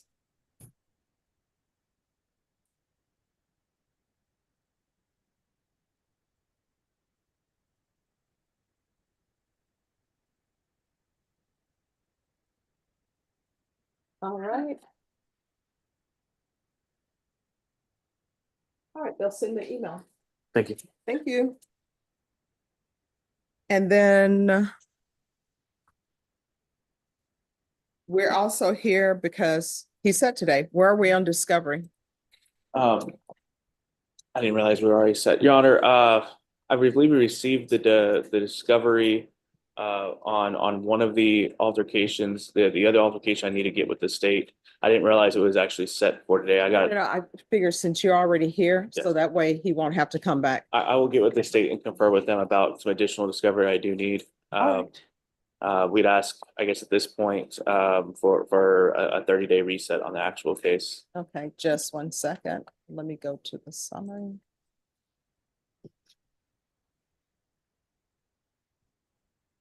All right, it's actually set on May 5th. That's perfect. That's a good. Yeah, that's date. a good date. We'll Okay. continue to confer about the discovery.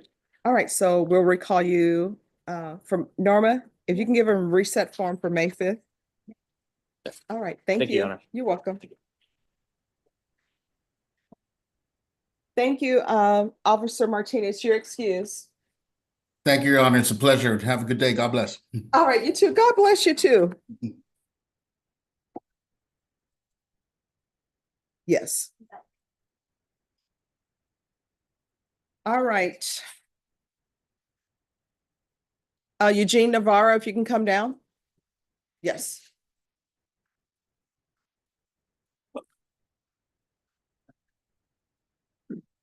Hello. Hello. Hi, so anyway, it's your attorney's birthday. And he's spending it with family, as he should. So we're gonna recall you for a different date, and your attorney will be here on that different date. Ms. Ferguson. Yes, ma'am. Recall this for April 15th. Yes. All right, we'll bring you back on April 15th. Okay. Thank you, Your Honor. All right, you're welcome. Well, did you request, Judge? Let me see.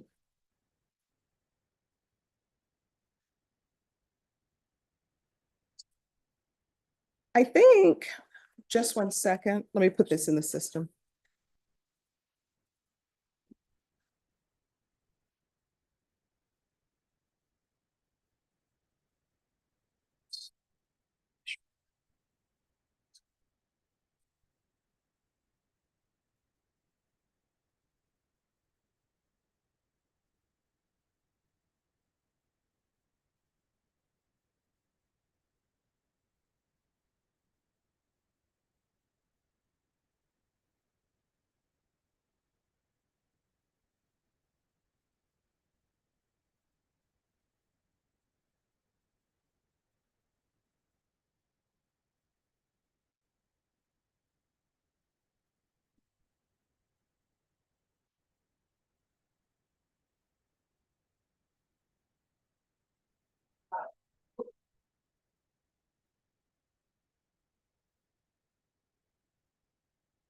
Who's here on Baldemaro Chapa?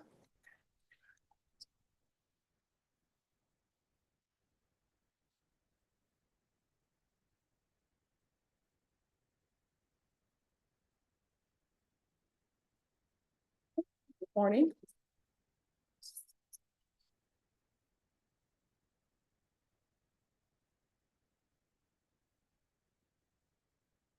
We are currently in a jury trial, as you know, so we'll see you back on the 21st. Yes, ma'am. All right, Ms. Ferguson, if you can give them a reset date for April 21st. And thank you so much for addressing properly for court. All right, once you sign the reset form, you're excused. Thank you, Judge.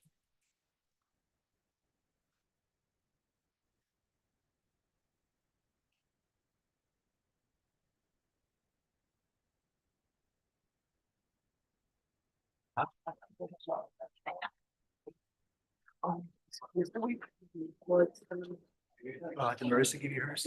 Oh, she got a wicked one. I'm gonna take a picture, send it to my wife. I just got somebody in trouble.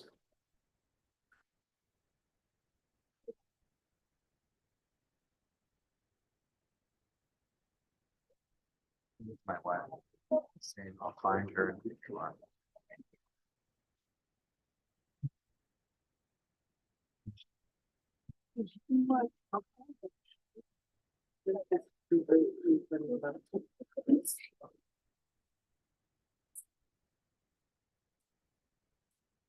Who's here on Ezekiel Neely? We're present, Judge.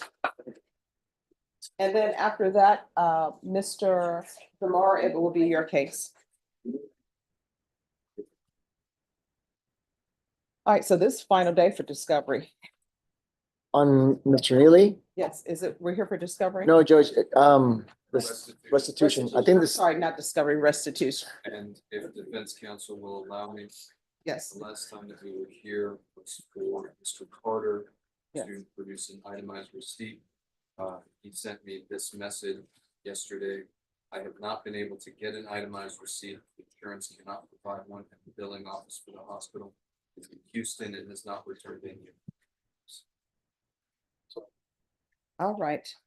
That I understood that there would not be very much that I can do, considering the court's schedule in order, and he responded, I understand.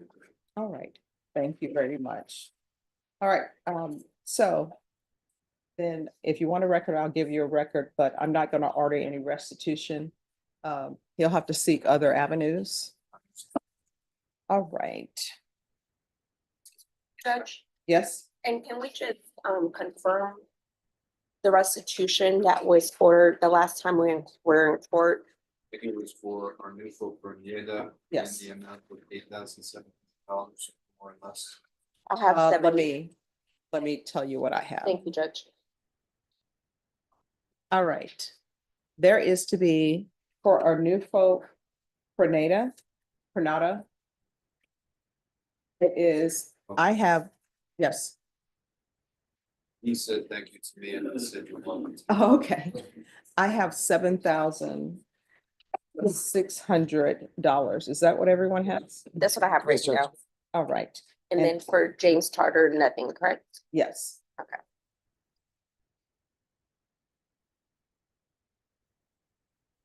All right, and the reason why, and you know what, let's go on the record. Court is calling 2024 CR 3316 State versus Ezekiel Neely. Could I have parties announced for the record? Andrew Harris, State. Good morning, Your Honor. Alfonso Cabañas from Mr. Neely. And are you Mr. Neely? All right, so this restitution hearing was called so that the complainant could provide an itemized list of expenses related to this cost number. State, is there an itemized list? No, Judge. And what the court will say is we have had a restitution hearing in this case on October 17th, October 31st, November 21st, December 3rd, December 10th, February 6th, and it was set for February 7th, but the court was in jury trial. And then it was recalled for today for restitution hearing in regards to Mr. Charter. The court has set this for a restitution hearing many times. Defense, what are you requesting? Judge, with regards to Mr. Tarter, I'm requesting a zero restitution amount since there's been no proof submitted by Mr. Tarter to the state of Texas. All right, that will be granted. There will be no restitution under this cause number to Mr. Tarter. Mr. Tarter will have to seek other avenues in regards to restitution. Is there anything else? And then, Judge, I believe that should be, I hope, the last defendant. And so I'm hoping that this is the last restitution hearing for Mr. Neely.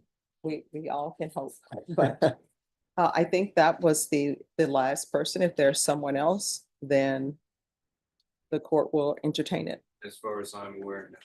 All right. All right. Thank you. Thank you, Judge.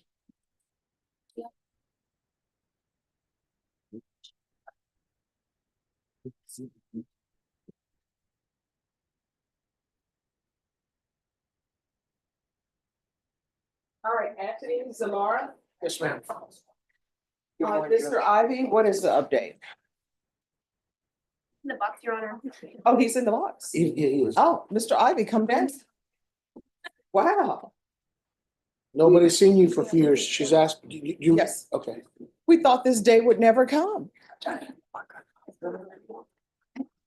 feel like Dorothy. It's been, the last time you saw him, Judge, was a week before COVID hit. If only Glenda would have told me before to use the red shoes that I already had.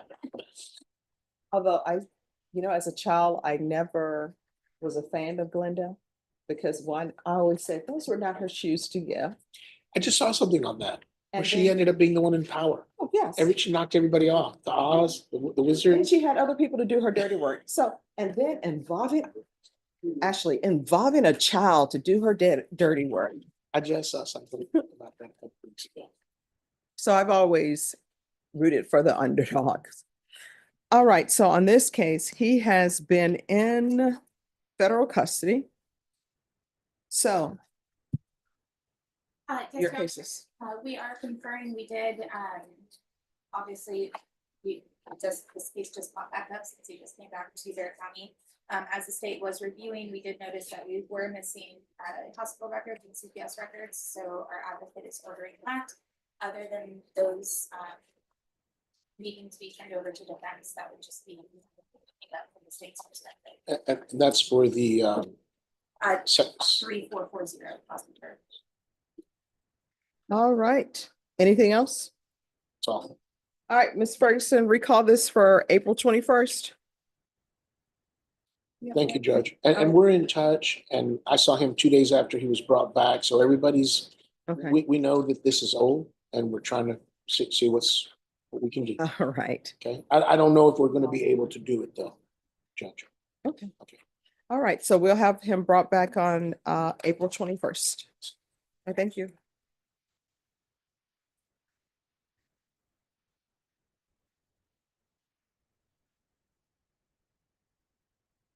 And Norma, make sure that we put a hold on him.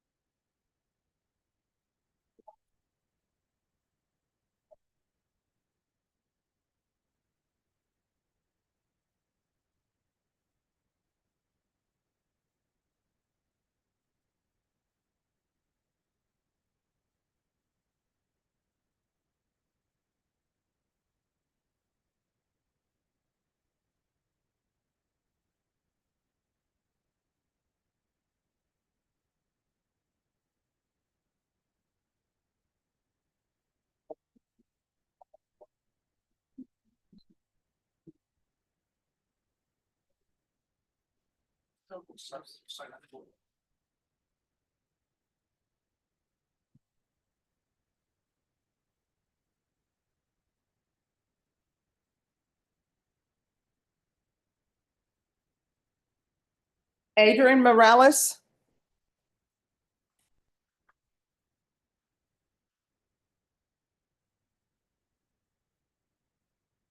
Morning. Good morning.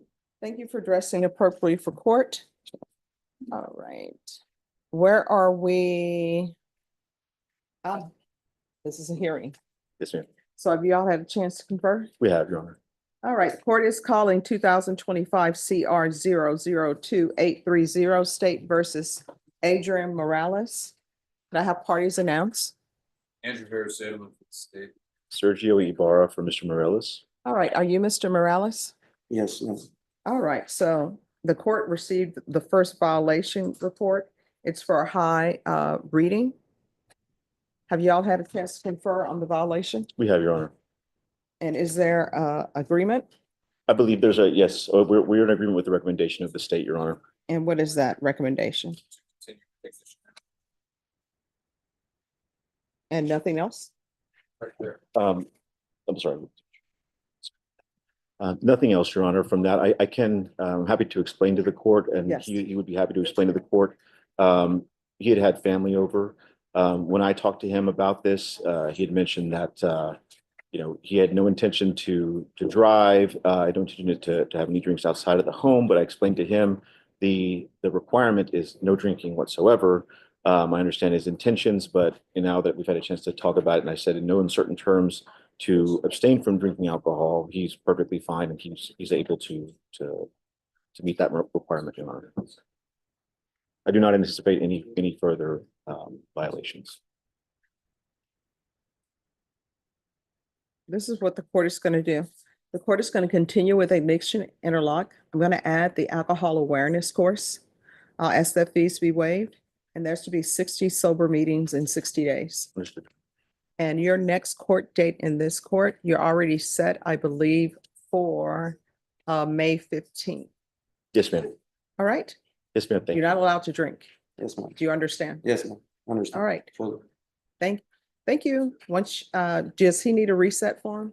I don't believe so, Your Honor, but just to be on the safe side, I probably will ask for one. All right, Ms. Ferguson, they're already set in the system for May 15th. If you could give him his reset form and double check that there's no issue with it. Thank you, Judge, for your You're time. welcome. Appreciate Thank it. you. Thank you.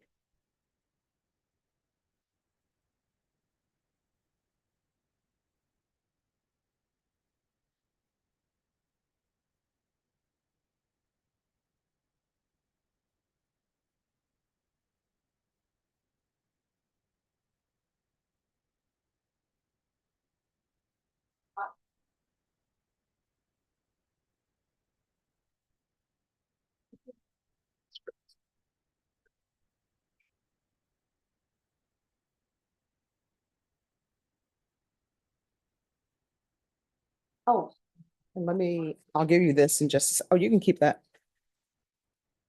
But I need to give you the docket sheet for it.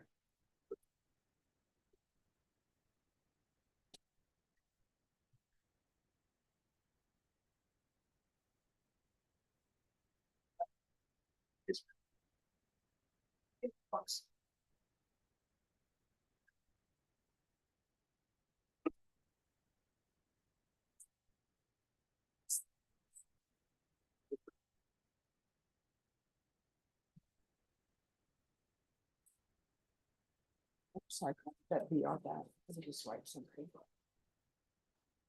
6 minutes. There. Thank you.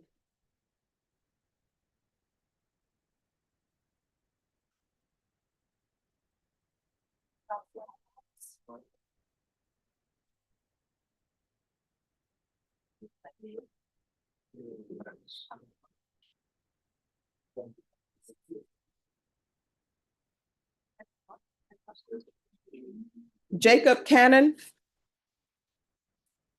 Who's the defense attorney for Jacob Cannon? Andrew.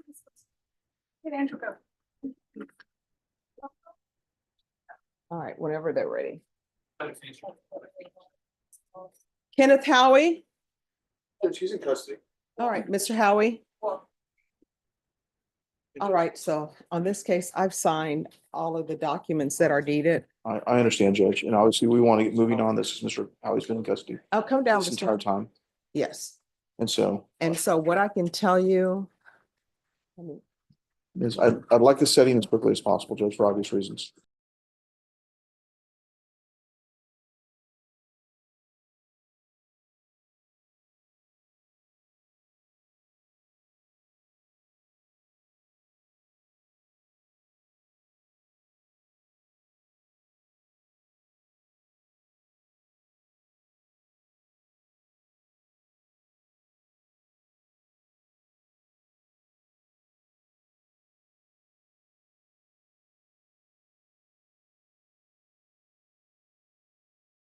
On your case, but it's been very difficult because the DA's office are recused from from being the opposing counsel in this case.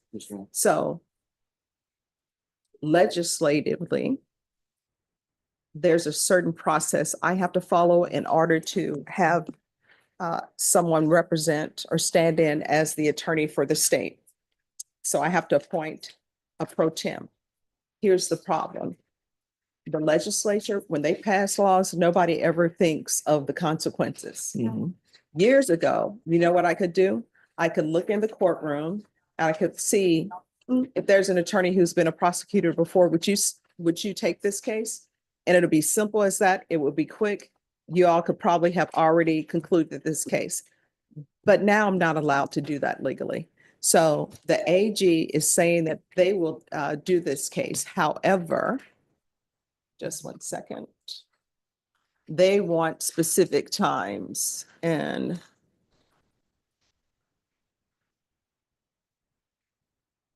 let me see if I can find the date for you, because they want And Judge, 45 days or 60 days. I'd like it, and Judge, I would like my client to just be made clear in front of my client that both the court and I have been trying to push to get someone appointed so we can resolve this case. And let me just tell you, Mr. Howie, your attorney and I, the court coordinator, have been trying to get someone to stand in for the state as pro tem. It's just been very difficult. I understand, Mayor. All right. And so your attorney will tell you, I don't like for cases just to sit around in this court. Sometimes people say I move it too quickly, but Is it possible to get a signature bond from my lawyer to get out? what I can, Because my well, parents are elderly and my brother, special needs brother, is undergo some. Here's open heart surgery. here's part of the problem with that. I would need an attorney to stand in for that, but they're saying that they would need 30 or 45 days to prepare for just the motion to revoke. But maybe it won't take that long for them to prepare just for bond issues. I'm gonna go ahead and file a motion to set bond today. Mhm. And then my preference, and I don't even care if they come in by Zoom, Judge. Okay. I need to get a bond set in this case. I need to go ahead and work on that because Mr. Howie's right, his parents are elderly. They do want him back. They're not the complainants in these cases, and so Yes. I want to move forward on that. All right, let me see. Just one moment. I'm trying to find.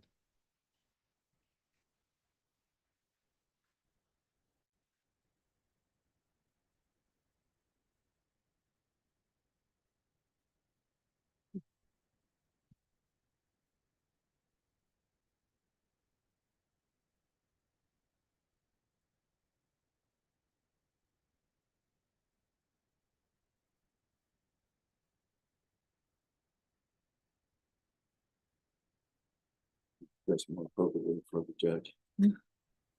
I'm the one- No, let me last just- Last year in January 2024, 2009, I said, I'm the one that said, yeah, how to wait for this.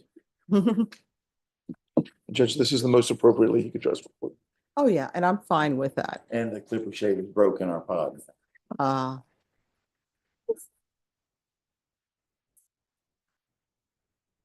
all right, just one moment.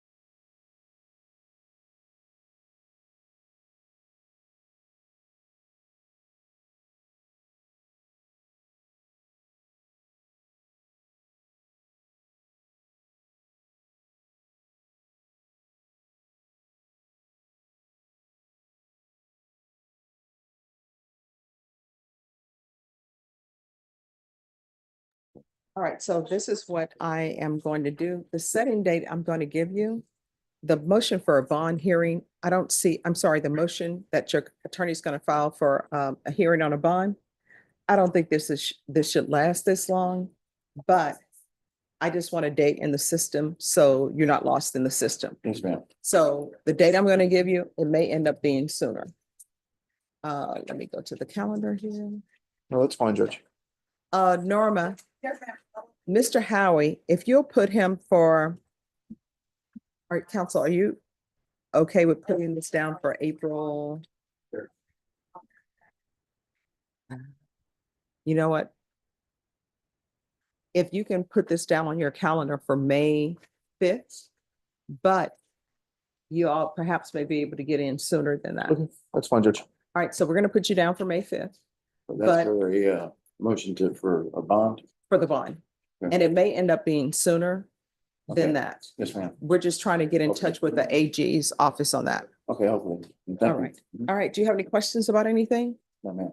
All right, thank you so much for your patience. I'm sorry, my hands are tied. No, I have to follow- understand. And thank you for, bringing it to my attention, and working me as fast as you could. God, take care and God bless, ma'am. Oh, thank you. God bless you too. Yeah, and when I get out, I'll be dressed very appropriately. Let me just tell you, you are dressed appropriately for the jail because this is what the jail requires, okay? Thank you, ma'am. Thank you.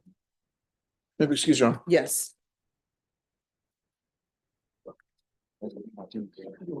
So some of this or before. Oh, yeah.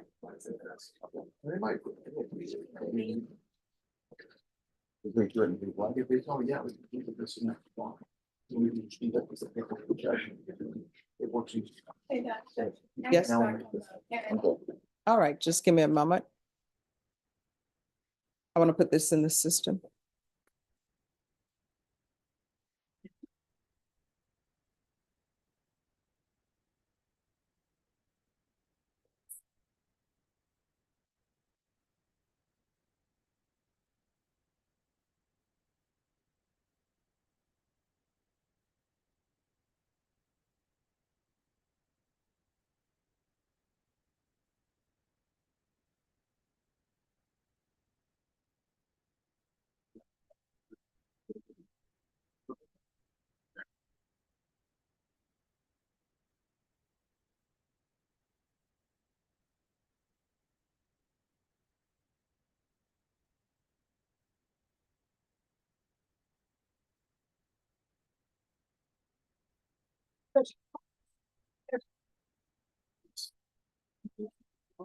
Well, that's what I'm gonna. Yeah, ask for, yes, like.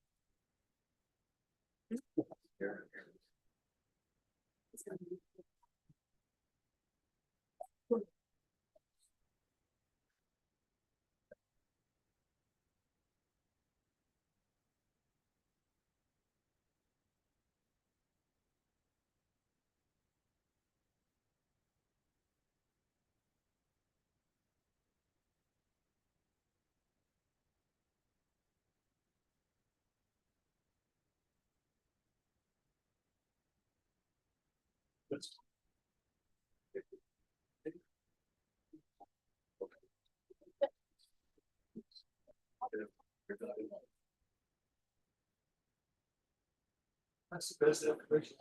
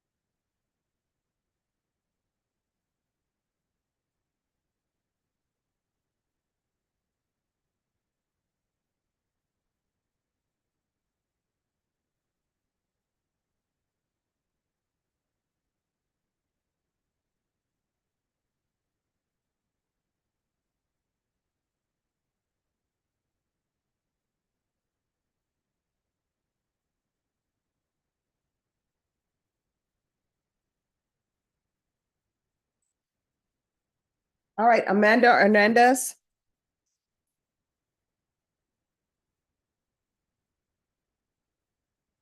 Hello. Morning, Your Honor. Good morning. How are you doing? Doing well.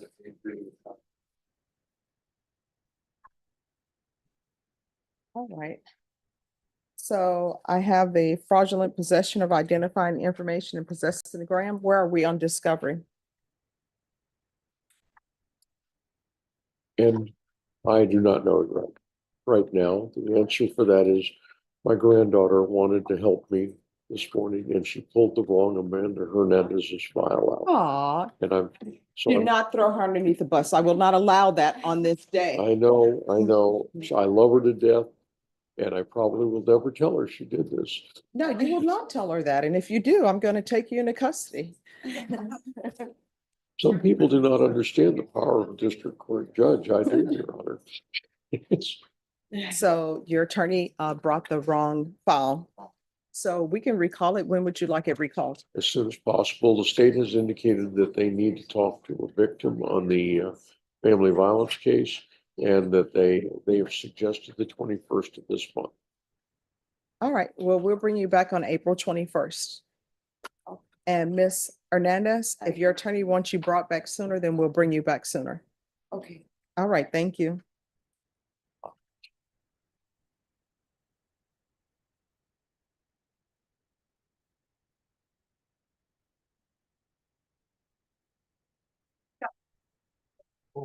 Just have a seat, ma'am.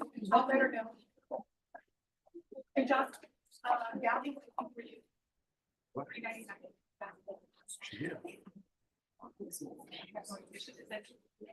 I can send you down to the. Thank you. 21st.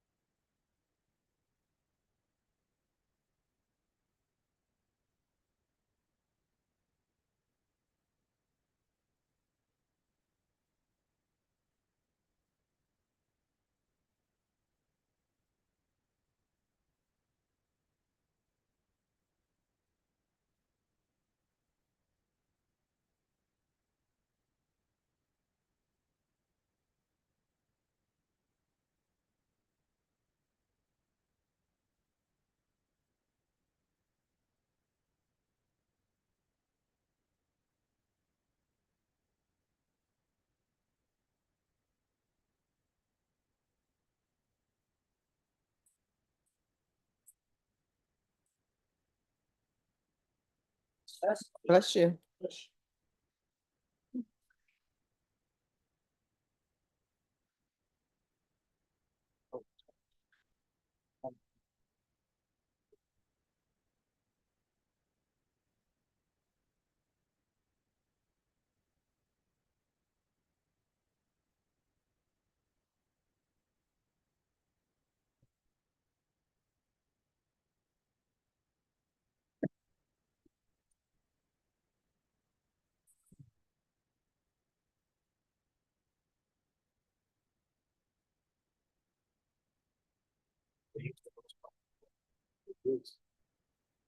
Horrible patient.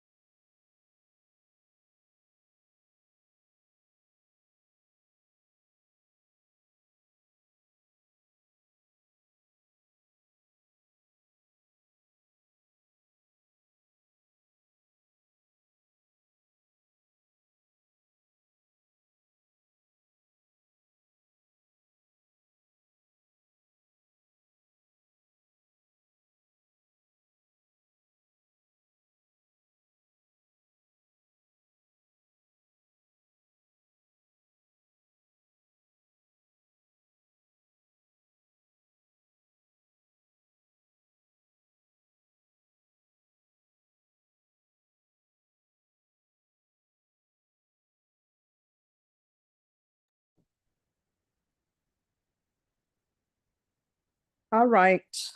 Rodney Garza.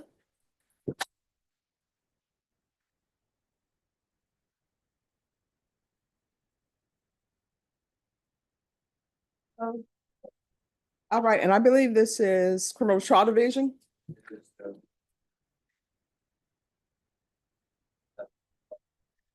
Sure. So has it warmed up outside at all? I think so. I hope so. And I guess we're not going to see Cornelius Cox. He's celebrating the victory. Who is? Cornelius, Oh, since okay. Florida won. Oh, cool. Mm-hmm.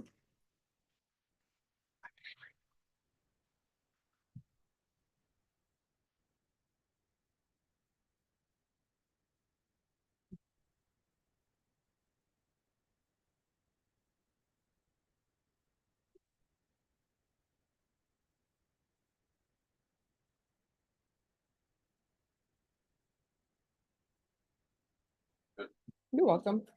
All right, the court is calling 2025 CR 0022828 State versus Rodney Garza. Could I have parties announced? Andrew Hirasato for the state. And Johnny Cisneros for Mr. Garza. Are you Mr. Garza? Yes, sir. Counsel, have you received all discovery? Did you review it with your client? I did, ma'am. Court will find that the state is in compliance with discovery. Mr. Garza, did you review the application for community supervision with your attorney? Did you understand it and sign it? Yes, sir. Did you review the true bill of indictment with your attorney? Yes, sir. Did you understand it? Yes, sir. Counsel, do you waive the reading of the indictment? We do, Your Honor. State, are you proceeding on the indictment as presented?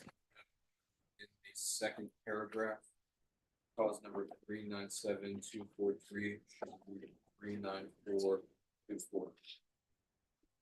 Any objection to that change? No, ma'am. All right, do you have any objections to that change to the indictment, sir?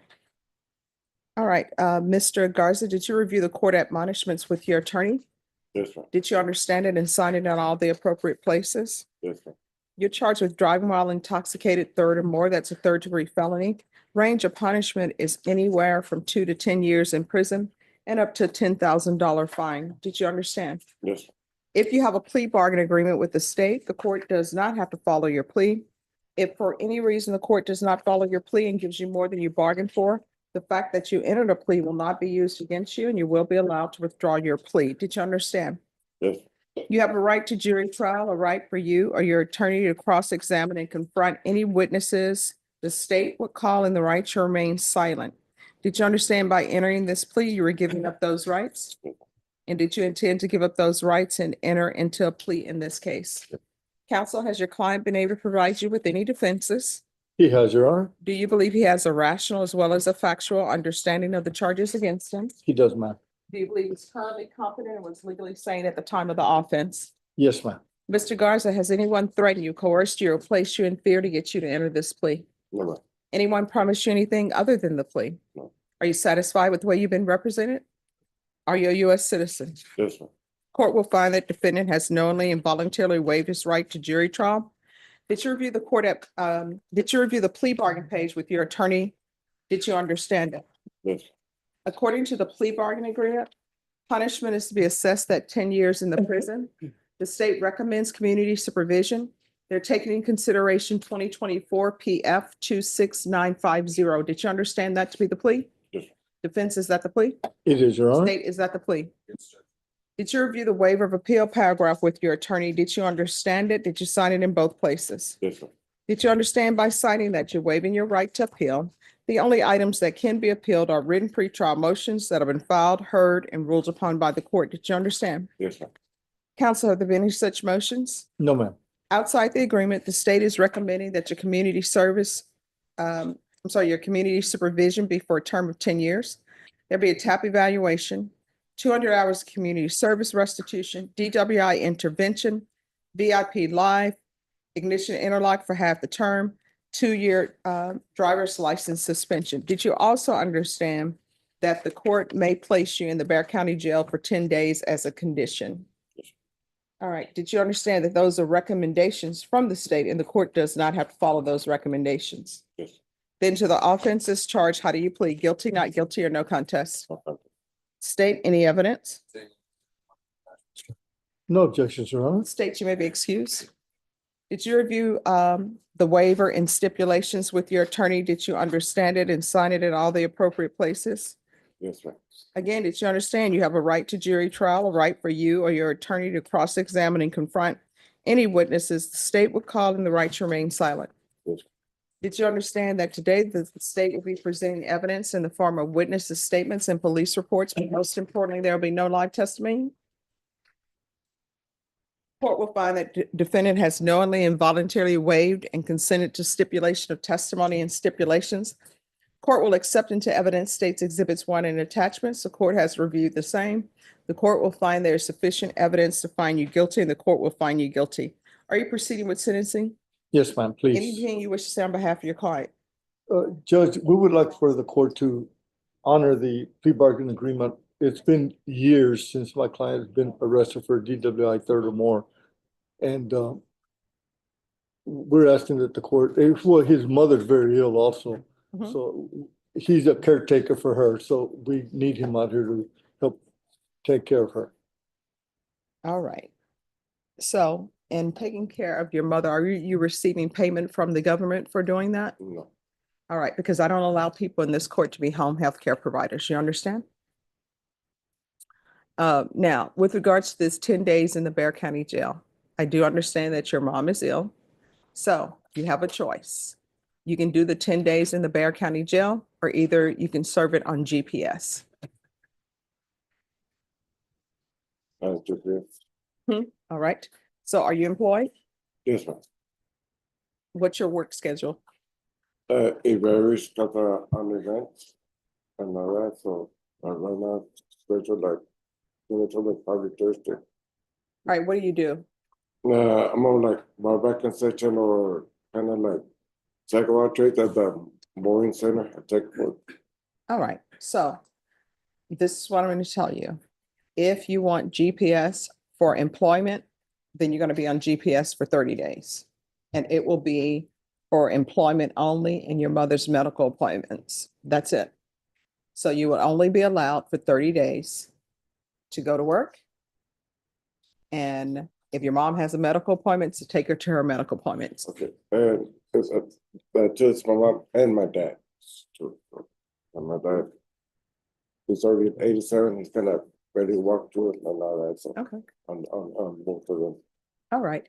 And it appears that you drink approximately every 20 years. What's going on at that 20-year mark that's making you drink? Well, this past one, it was the whole past last year was I think like April times ago. That my brother passed away, and then my aunt passed away, then my daughter got stabbed 45 times, and all that. So I guess I think I just. All right. So here's the thing. When you're on probation, you're not allowed to drink at all. And then it appears that you're one of the people who cannot drink at all. Some people, they can drink, they take one drink and they're like, oh, okay. Or as my grandmother would always say, oh, I just nurse it. I'm like, what does that mean? And it's one drink the entire time. And so in your case, you can't drink alcohol. So you're not allowed to drink alcohol at all while you're on probation. And you should find some other activity. Okay? Yes. And Judge, I've gone over all those, all the advice that you've given him before with him. He can't drink even at home, anything like that, because just because you're drinking at home doesn't mean that an emergency won't happen. You have to get in the car and drive mom or dad to the hospital or something. So he understands. Okay. All right. As previously stated, the court is finding you guilty. The court is going to sentence you to 10 years in the prison. The court will suspend your sentence for 6 years. And let me just tell you why I'm suspending it for 6 years. Because I understand that people react differently to tragedy. To have all of that happen in your family and counsel, is what he's saying true? Yes, ma'am. All right. I've known him for years and years. All right. In fact, his aunt took care of my dad till he died. Okay. And so your attorney is the officer of the court. Sometimes defendants will come before me and they will say, oh, well, this person is in the hospital and this person is in the hospital. And I'll turn to their attorney. I said, do you have proof of that? And they will say, no. So as an officer of court, he's telling me that he has knowledge of that. So that is why I'm not giving you a length and following the state's recommendation of a length for 10 years. I'm going to place you on 6 years because I realize that's a lot to hit somebody all at once. And then if you're battling your addictions, it's easy to fall off the wagon, as they say. But when things like that happen, you should already have a sponsor or somebody to call. You understand? So 10 years in the prison, suspended and probated for 6 years, regular reporting by Zoom or in person, regular random UAs, take in consideration 2024 PF 26950. Approach judge. Yes. Proof of employment within 30 days. No employment as a home health care provider or with minors.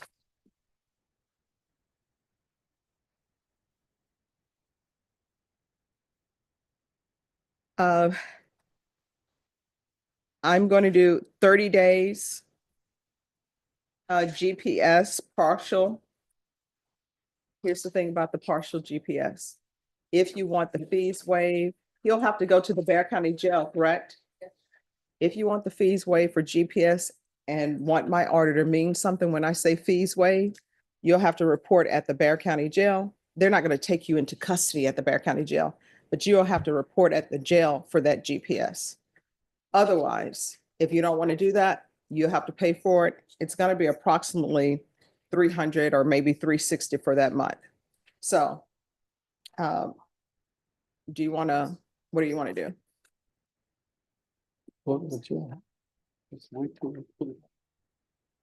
All right, Ms. Abrams. So he said he's okay with waiting at the jail for them to put the GPS on. So it'll be 30 days GPS partial for employment and all medical appointments, of course, for himself and for his mom and dad.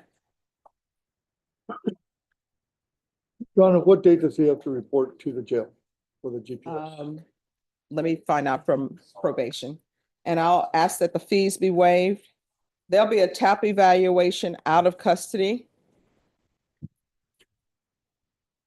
And Ms. Abrams, we'll do a referral to felony drug court. I don't know if that's going to be a good fit for him with his parents and everything else that he's doing, but let's see. I'm going to want 60 sober meetings in 60 days. Ignition interlock for half the term. And that's 30 days GPS in lieu of the 10 days at the Bexar County Jail. And the court is ordering the 30 days GPS because of the hardship that the defendant would have if he were to serve the 10 days at the Bexar County Jail. And also because there are a whole host of health issues at the Bexar County Jail. And there's also overcrowding. So ignition interlock for half the term, DWI intervention, VIP live, DWI education, 2 years license suspension, 200 hours of community service restitution, field visits 1 time per month for 6 months. Probation, is there anything else? Is there anything else that you need from the court to be successful? Did you review the document entitled Trial Court Certification of Defendant's Rights to Appeal with your attorney? Did you understand it and did you sign it? Because this is a plea bargaining agreement, because I followed your plea bargaining agreement, and because you waive your right to appeal, you do not have the court's permission to appeal. Because this is a felony conviction, you're not allowed to own or possess any weapons or ammunition. If you have a question over what a weapon or ammunition is, you'll need to speak to an attorney. Do you understand? All right, so we can go off the record. Here's May I ask one question? Yes. Would the court consider allowing him to get an occupational license since he needs to get to work and take his parents and maybe even himself to the Yes. doctor? Thank you. All right. Now, with regards to his reporting to the jail for the GPS, Ms. Abrams, when would be the best date? Okay. All right. So they'll discuss with you concerning that. Now, this is what I'm going to tell you about DWIs. I have yet to have somebody stand before me or to have a client say, you know what, my intention when I got up this morning was to go out to drink until I was intoxicated and to kill someone. But every day in Bexar County or somewhere in this world or in the United States, somebody is drinking and driving. They either hit somebody and kill them or change that person's life forever by hitting them and injuring them. This case could have easily been where you're driving, you have all these problems that are going on in your life. And believe me, other people are driving, they have a lot of problems going in their life too. And if you would have hit them and injured them or killed them, you'd have just compounded the problems they already have. So don't be that person. You understand? In this court, to be successful on probation, communication is key. If there is an issue, let your probation officer know about it. If you feel that the probation officer is not listening or not addressing it, you can always come back to court. Do you understand? All right, good luck to you. Okay, thank you. All right, thank you. Thank you, Gracias, counsel. Juanita. Oh, thank you. Look, everybody's calling me señorita now. Thank you. LaShawn, pay attention to that. Everybody's calling me señorita. Thank you, Your Honor. Thank you. I'm like, yeah. Armenio Rangel. And probation, this is an application as well. Court is calling 2024 CR 009895-03, State versus Armenio Rangel. Can I have parties announce? Recommended for the state of Texas. Good morning, Judge Alfonso Cabañas from Mr. Rangel. And are you Mr. Rangel? Yes, I am. Yes. All right. Counsel, have you received all discovery? Did you review it with your client? I did, Your Honor. Court will find that the state is in compliance with discovery. Mr. Rangel, did you review the application for deferred adjudication with your attorney? Did you understand it? Yes, I did, Miss. And did you review the true bill of indictment with your attorney? Yeah, yes, I did. Did you understand it? Yes. Counsel, do you waive the reading of the indictment? I do, Your Honor. State, are you proceeding on the indictment as presented? Proceed on count 2 indictment and we'll waive count 1. Any objection? No objections from defense counsel. Did you review court admonishments with your, and? Okay. Did you review the court admonishments with your attorney? Did you understand it, sign it in all the appropriate places? Yes, I did. All right, you're charged with injury to a child or elderly or disabled person, bodily injury as a third-degree felony. Range of punishment is anywhere from 2 to 10 years in prison and up to a $10,000 fine. If you have a plea bargain agreement with the state, the court does not have to follow your plea. If for any reason the court does not follow your plea and gives you more than you bargained for, the fact that you entered a plea will not be used against you and you will be allowed to withdraw your plea. Did you understand? You have a right to jury trial, a right for you or your attorney to cross-examine and confront any witnesses. The state would call in the right to remain silent. Did you understand by entering this plea, you were giving up those rights? Yes. And did you intend to give up those rights and enter into a plea in this case? Yes.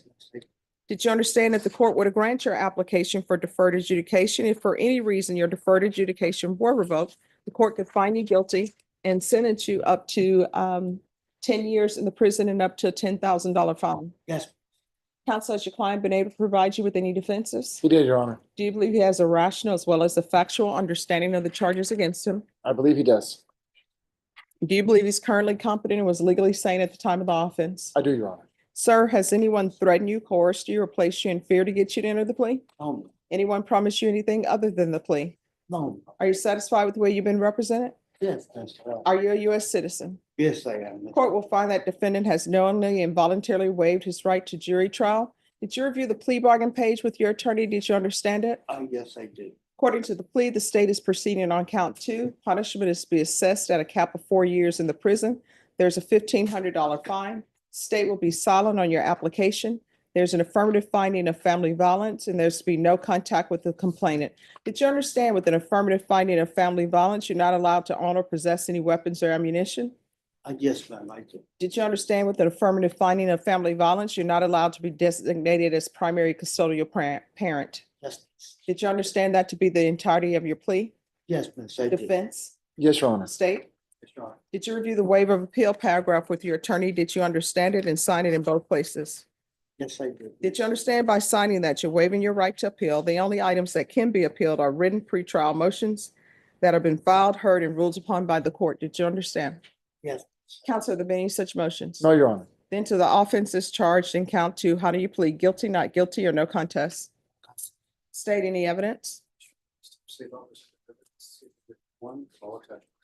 No objection to states one and attachments, Your Honor. All right, did you review the waiver and stipulations with your attorney? Did you understand it and sign it in all the appropriate places? Yes, I did. Again, did you understand you have a right to jury trial, a right for you or your attorney to cross-examine and confront any witnesses the state would call in the right to remain silent? Yes. Did you understand that today the state will be presenting evidence in the form of witnesses' statements and police reports, but most importantly, there'll be no live testimony? Did you understand? Yes. Court will find that defendant has knowingly and voluntarily waived and consented to stipulation of testimony and stipulations. Court will accept into evidence states exhibits 1 and attachments and review the same. State, have you had any contact with the complainant? All right. And do you have any input? Well, I know they're silent. Do you know if they are objecting to his having deferred? Would object to deferred, Your Honor, yes. Okay, all right, thank you. And the reason why I'm asking that, counsel, is to see if this can be taken care of today. Yes, Your Honor. All right, let me review the documents.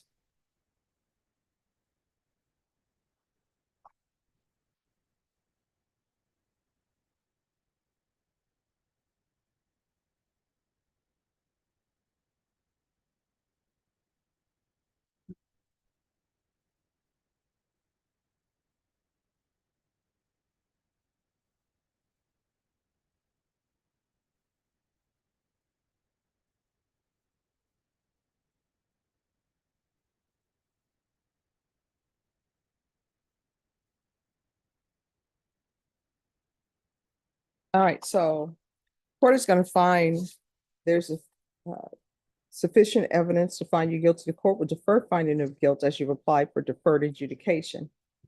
And counsel, how old is your client? 62. 62, Your Honor. And let me see the complainant's age. All right, so they're going on an injury to the elderly, bodily injury or disabled person. I don't know. He's not disabled, correct? All right, the elderly part. All right, if you all want to, I can reset this for sentencing, do a PSI. PSI is going to take about 8 weeks. Or if y'all want to call it back sooner, I can ask that the complainant appear and I'll make a decision on the application. If we can do it back sooner, depending on the court's availability, I would appreciate that. All right.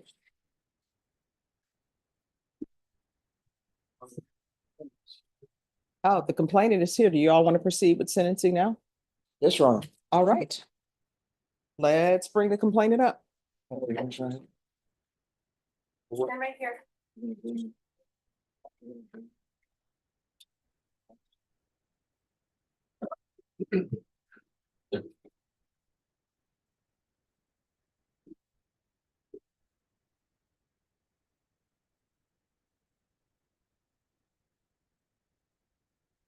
Hello, sir. Yes, ma'am. All right, can you raise your right hand for me, please?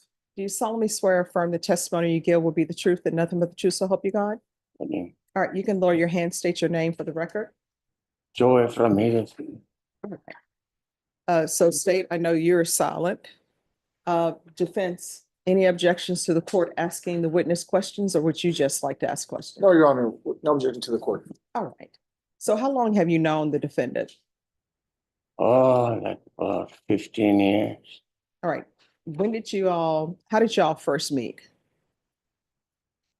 Well, I used to buy drugs. Okay. I met him at a connection. All right. And let me just tell you about that. Everybody's life starts on a certain place, and hopefully we're improving it. Okay. So you all have known each other for 15 years. How did it come that he lived with you? Well, he drove up on me one day and he said, I need a place to stay for about 2 weeks. And said, oh, okay, you know, 2 weeks, okay. And then he came back and he told me, hey, well,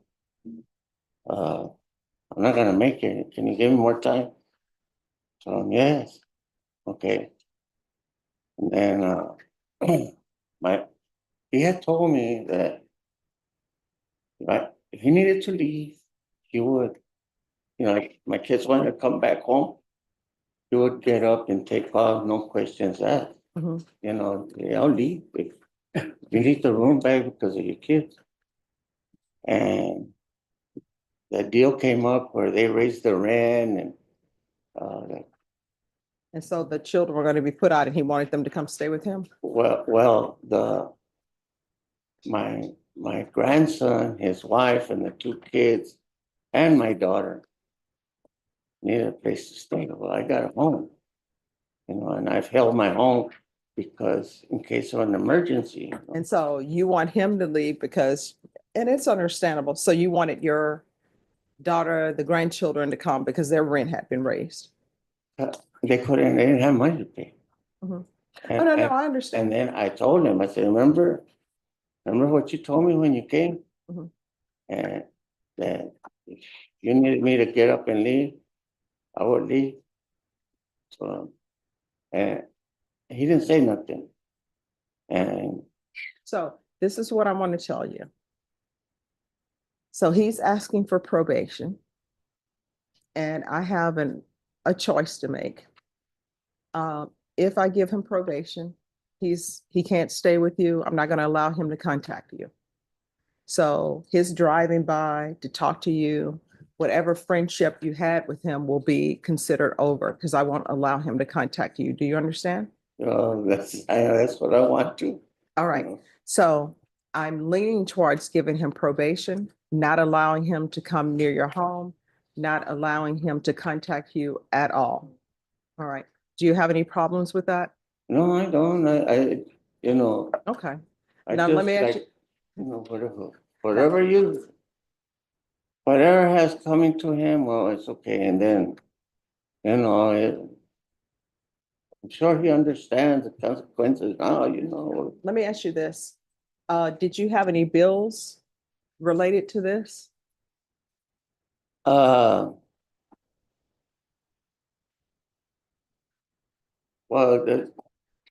I got insurance, right? Mhm. And I use my insurance. Did you have to pay a deductible? Yes. What's your deductible? How much was it? Ma'am, I don't know, to be honest with you. All right, so here's the thing. You don't have to give it to me now. What I'll do is I'm going to order him a defense. Yes, Your Honor. If there's a deductible, I'm going to order that your client pay whatever the deductible was. Yes, Your And Honor. because I'm looking at the injury, the mark on the face, I don't know if EMS was called out for the mark on the face or not, but if EMS was called out or you used EMS for this, he's gonna have to pay for that, because I know that's Oh, yes, I expensive. think I got a Okay, bill for that. all right, so what I'm telling you, defense, there really is no need for a restitution hearing. If there's a deductible and you give the state proof of the deductible, he's paying for it. If you give the state proof of the EMS bill, he's paying for it. You understand? Now, with regards to the room that you allowed him to live in, were there any damages to that room by him? No. Okay. Is there anything else that I can do with regards to conditions for him that would make you feel safe? I believe this was enough. Okay. You know, that he did what he did and I did what I did. And that's it, you know. Okay. Well, thank you. Let me just tell you, number one, thank you so much for dressing appropriately for court. Yes, ma'am. I truly appreciate that. And thank you for giving me some insight into your relationship with him. And now I understand, because sometimes there are not things in the police report, and I always want to know about that. But I will tell you this, if somebody comes to live with you and you're allowing them to live with you, they really should understand. At the end of the day, If my children need to be here, or my grandchildren need to be here, they're gonna trump your being here. So thank you so much, okay? Yes, Your Honor. No, thank you.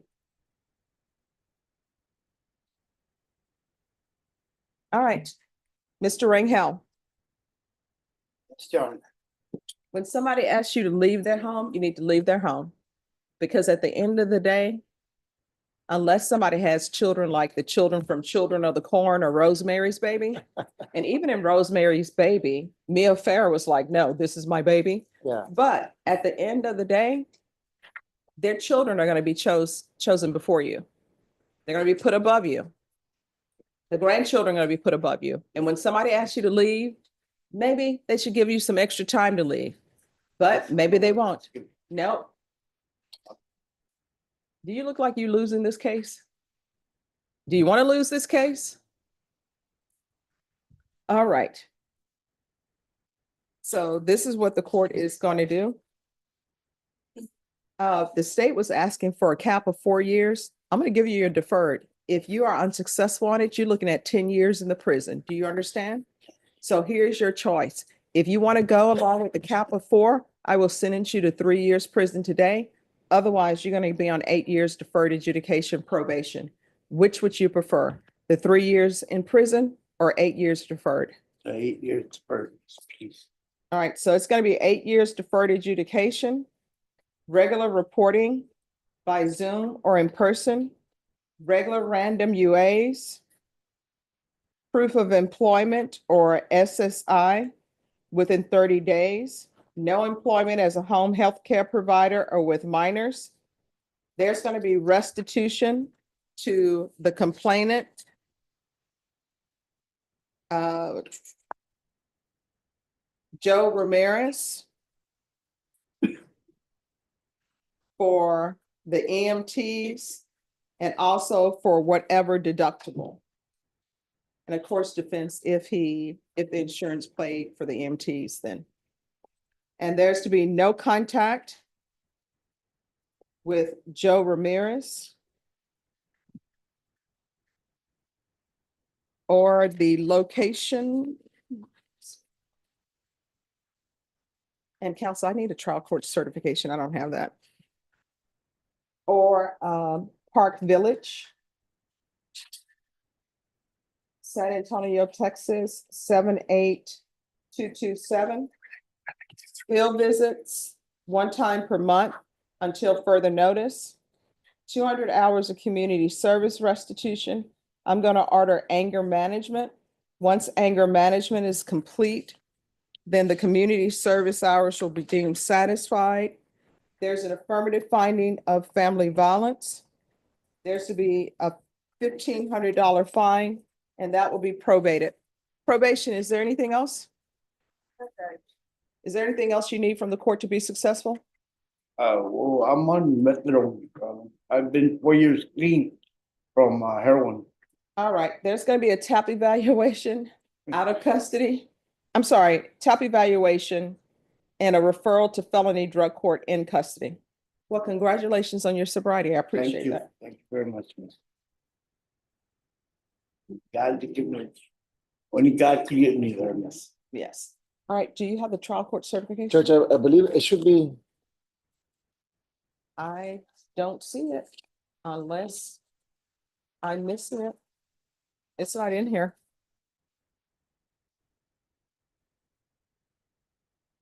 Judge, I was given an extra one. We'll sign it. All right, thank you.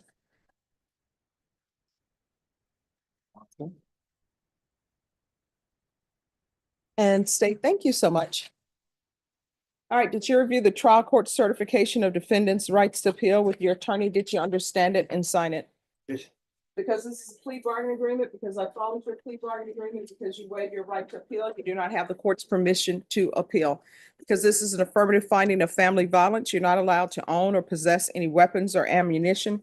If you have a question over what a weapon or ammunition is, you'll need to speak to an attorney. Do you understand? Yes. All right, good luck to you. Thank you, Your Honor. Thank you. Brandon Banks.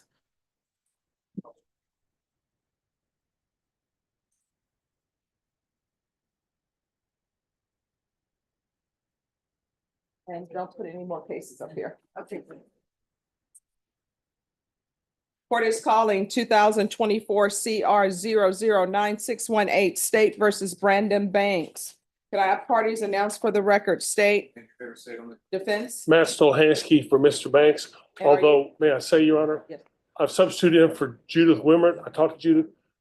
It shows her name on the papers, but I'm proper attorney. All right. Do you have any objections to this attorney standing in? Ma'am. And are you Mr. Banks? Yes, ma'am. Counsel, have you received all discovery? Did you review it with your client? Yes, ma'am. Court will find that the state is in compliance with discovery. Mr. Banks, did you review the application for community supervision with your attorney? Did you understand it and sign it? Yes, ma'am. Did you review the true bill of indictment with your attorney? Did you understand it?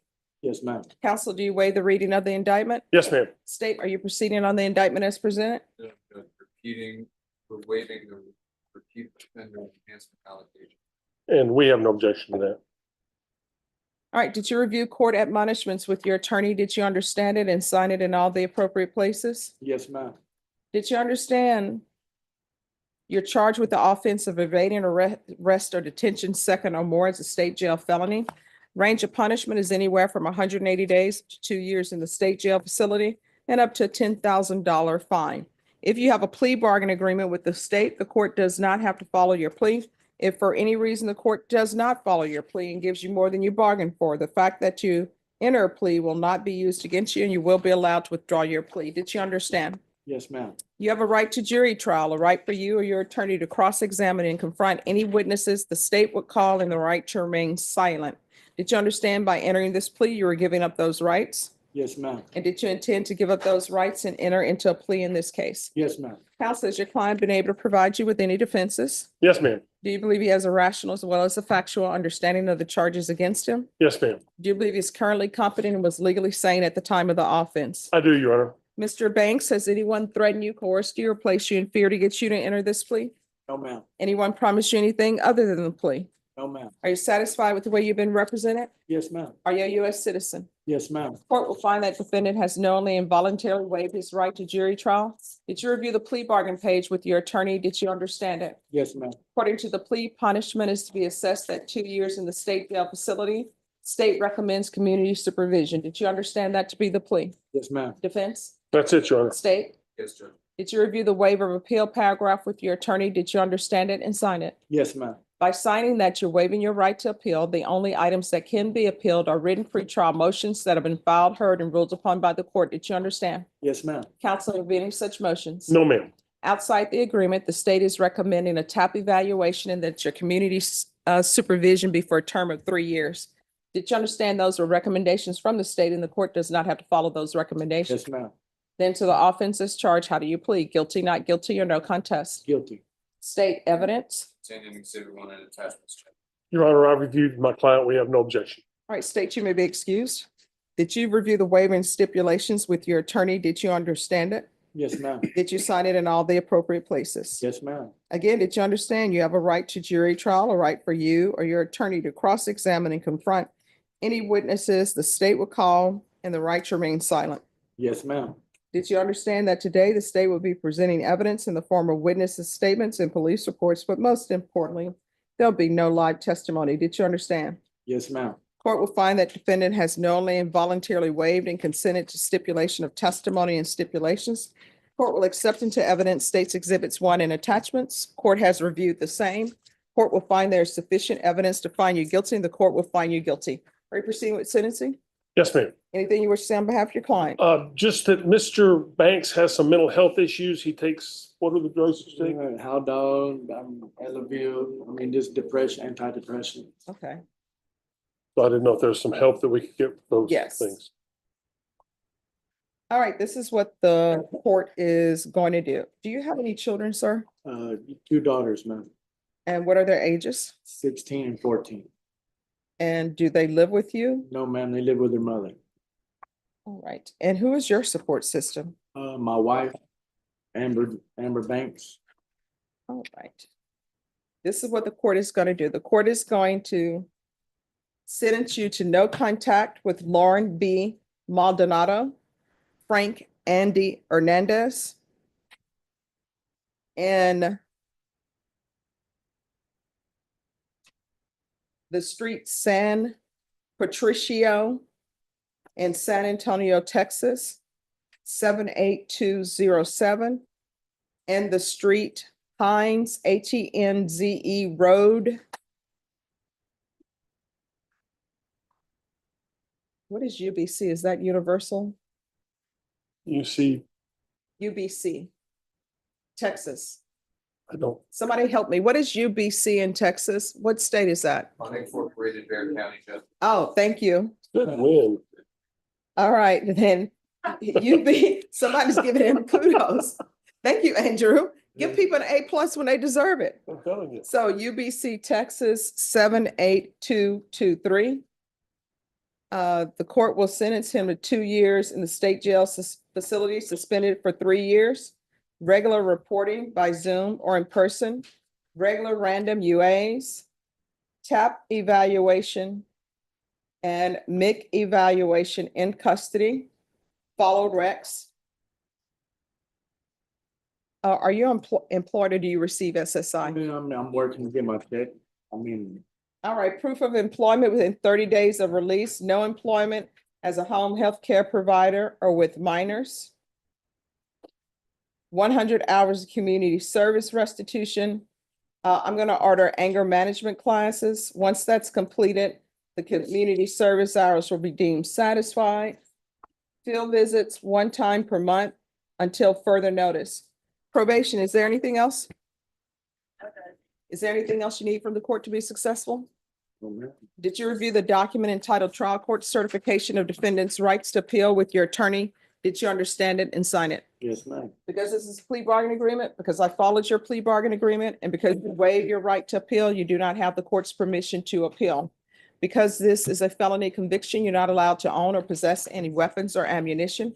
If you have a question over what a weapon or ammunition is, you'll need to speak to an attorney. Do you understand? Yes, ma'am. All right, good luck to you. Know better, do better. Yes, ma'am. Yes, ma'am. Thank you. All right, you're Have a welcome. good day. You too. Who's here on Israel Medellin? Is Israel Medellin on the docket today? No, ma'am. All right, that's gonna have to come back on another day. Anything that's not on the docket today is not on the docket today.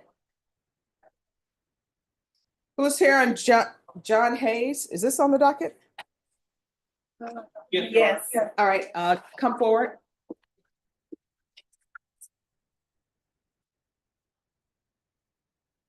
Are you ready to proceed? Yes, we are, Your Honor. Court is calling 2023 CR 3545 State versus John Thomas Hayes. Can I have parties announced for the record for the state? I further appeal for the defendant, John Thomas Hayes, Your And Honor. are you Mr. Hayes? Yes. Did you review the document entitled Motion to Enter Adjudication of Guilt and Revoke Community Supervision with your attorney? Did you understand it? Are you the same John Thomas Hayes who was placed on deferred adjudication in 2023 CR 3545 for the offense of violation of bond protective order assault stalking on November 4th, 2024 for a period of 6 years? Is that you? Yes. State? Yes, the state will proceed on violation of condition number 25 on or about the 20th day of March 2025 in Bear County, Texas. The defendant, John Thomas Hayes, did then and there contact or attempt to contact Samantha Hayes or a family member by telephone, mail, or in person in violation of condition number 25. How do you plead to that? True or not true? True. State? The state will waive the remaining violations. Any objections? No objection, Your Honor. Did you understand by pleading true to violation of condition number 25, the court could find it true, grant the motion, find you guilty and sentence you up to 20 years in prison, up to 10 years in prison and up to a $10,000 fine? Knowing that, do you still wish to plead true to violation of condition number 25? True. So do you still wish to continue with your plea of true? Court will find violation of condition number 25 true. Is there a proposed agreement? There is, Your Honor. Yes. The agreement was to plead true, and if the court so allows, to enter an adjudication. I'm sorry, to amend the conditions for state ISF, followed by ISP supervision for aftercare treatment and mixed supervision, which is probation's reputation as well. All right, so why is he contacting somebody that clearly he was ordered not to contact? And I put in here, no contact with Samantha Hayes. And I know that when I tell people no contact, I always say, no letters, no cards, nothing. So why is he contacting someone that the court ordered him not to have contact with? Part of the issue, Your Honor, is that Ms. Rubio, Samantha Rubio, makes contact with him. And Mr. Hayes has some mental health issues, not the best where he can make best decisions. So part of the issue is that she makes some of the contact, and they have a 2-year-old daughter that People just having children with anybody. Okay. So here's my thing. Unless Samantha Hayes or Samantha Rubio or whoever she is, she needs to come to court. Your Honor, and if the court will allow, I will go to the court. If there's no objection from defense counsel, we did speak with her about the contact that defense counsel was talking about.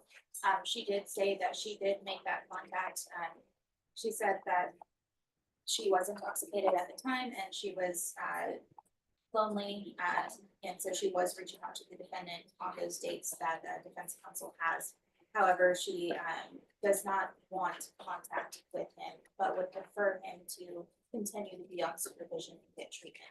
So, where is Child Protective Services? We got somebody who is intoxicated, taking care of a 2-year-old. And meanwhile, we have somebody who everybody is saying who has mental health issues or whatever else is going on with him. And he can't follow the court's orders that he's not to have contact with somebody. And these are the people that are raising a 2-year-old. I'm not taking, she needs to zoom in or either she needs to come in, because I don't know why people do these things. And back in the day, when people would have protective orders against people, people would violate those protective orders, show up at their home anyway. And you know what the police would end up saying? They're not here now, so we're not filing any charges. Now, there are other things in place. I'm not saying it's the best. I'm not saying it's perfect, but they have in place no contact. And then you have the complainants violating the no contact order, then come into court crying, don't put them in jail. So she needs to appear by Zoom or in person. Otherwise, this violation of condition number 25, even though she reached out to you, you're going to prison. Because I said no contact. So I'm accepting his plea of true to violation of condition number 25. This is going to be reset for next week, and she can appear by Zoom or in person and explain to the court, what is she doing? Is she giving him the carrot and the stick? Here's the carrot, come contact me. And then here's the stick, let me report it. Like, did she report that he was having contact with her? Is this how this came about? Yes, Your Honor. My understanding in speaking with our complainant is that all of these violations happened before the contact that defense counsel is talking about. And it was because of the contact from the defendant that kind of got her heart in the position it was to reach out to him. Well, she needs to be here. She needs to be here by Zoom. And I need to understand what's going on. Because who knows, maybe he shouldn't be on probation at all if she's going to continue to contact him. Norma, recall this for the week of April 14th. What date? All right, we're coming back on April 15th. Thank you. Tax day. may I be excused, Your Honor? Yes. Thank you.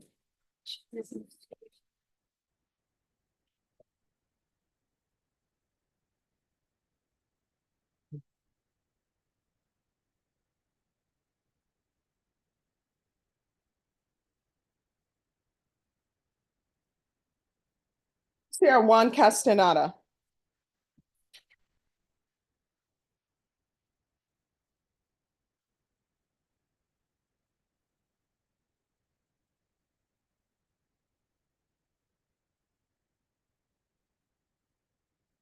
Hello. Good morning. What is happening with this case? I am asking for a reset, Judge. One is I've been dealing primarily with Mr. Garahan because the probation cases are with him. And we were real close to an agreement. However, he has some other situations that I'm now dealing with Ms. Jones on. And to kind of cut to the quick, we need to come back because Mr. Castaneda is going to have to do something Okay. before we come back to enter our plea to the court and ask for what we're going to ask for. So what are you asking? I'm trying to find out when he has a case that's pending. It's a misdemeanor. I'm trying to find out that court date, and I would like to do it around that court date or shortly thereafter. Which court is this? It's in County Court 13 Impact. We were just there about a week ago, so he's probably been rescheduled for about 3 weeks from today. All right, so if you want to find out when that's going to be reset, I'm going to recall this back on April 17th. And then if it's a different setting down here, your client needs to come up with you and then we'll give you a different date. But for now, it's going to be April 17th. 17. Yes. Okay. All right, once you sign the reset form, you're excused. Thank you for dressing appropriately for court. Thank you, Judge. No, him for dressing appropriately. But for I court. was saying thank you You're welcome. because that's the kind of guy I am. Who's here on Daniel Hernandez? I'm sorry, what? Oh, it is? Oh.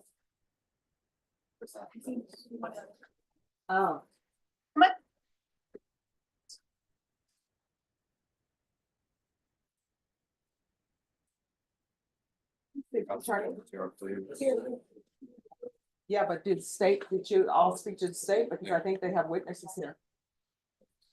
No? Are you all ready to proceed on this? Yes. Court is calling 2023 CR 10712 State versus Daniel Hernandez. Can I have parties announce state? Andrew Harris, Edelman. Defense? Warren Wolf. Are you Mr. Hernandez? Yes, ma'am. Did you review the document entitled Motion to Enter Adjudication of Guilt and Revoke Community Supervision with your attorney? Did you understand it? Are you the same Daniel Hernandez who was placed on deferred adjudication in 2023 CR 10712 for the offense of assault of a peace officer judge on February 20th, 2024 for a period of 5 years? Is that you? Yes, ma'am. All right, state. On or about the 24th day of March 2025 in Bear County, Texas, the defendant Daniel G. Hernandez did then and there fail to continue treatment with Dr. Borish and provide release of information in progress in violation of condition number 21. How do you plead to that? True or not true? True. State weighs the remaining violation allegations. John. Did you understand by pleading, any objection to the waivers? No. Did you understand by pleading true to violation of condition number 21? Court could find it true, grant the motion, find you guilty, and sentence you up to 20 years in prison and up to a $10,000 fine? Knowing that, do you still wish to plead true to violation of condition number 21? Yeah. Court will find violation of condition number 21 true. Is there a proposed agreement? Yes. And what is that? Not an ocean. Not a mental health assessment and transfer to mixed supervision if he still qualifies. All right. Thank you. Was that the proposed agreement? Yes, Judge. You want to raise your right hand for me? Do you solemnly swear or affirm the testimony you give will be the truth and nothing but the truth, so help you God? Yes, sir. You can lower your hand, state your name for the record. Daniel G. Hernandez. All right, why are you not signing over so that probation can have contact notes or have information on your treatment with the doctor? Wasn't intentional, Your Honor. It was a change to a different doctor. Mhm. It just didn't, it didn't do it intentionally. So do you have any problem signing that? No. Probation, is this your recommendation? Your Honor, the recommendation for probation department is to complete another mental health assessment and transfer to mixed supervision. Okay. And do y'all want the mental health examination in custody? Prefer it out of custody, but Probation in or out of custody? In custody. All right, how long is the MIC evaluation?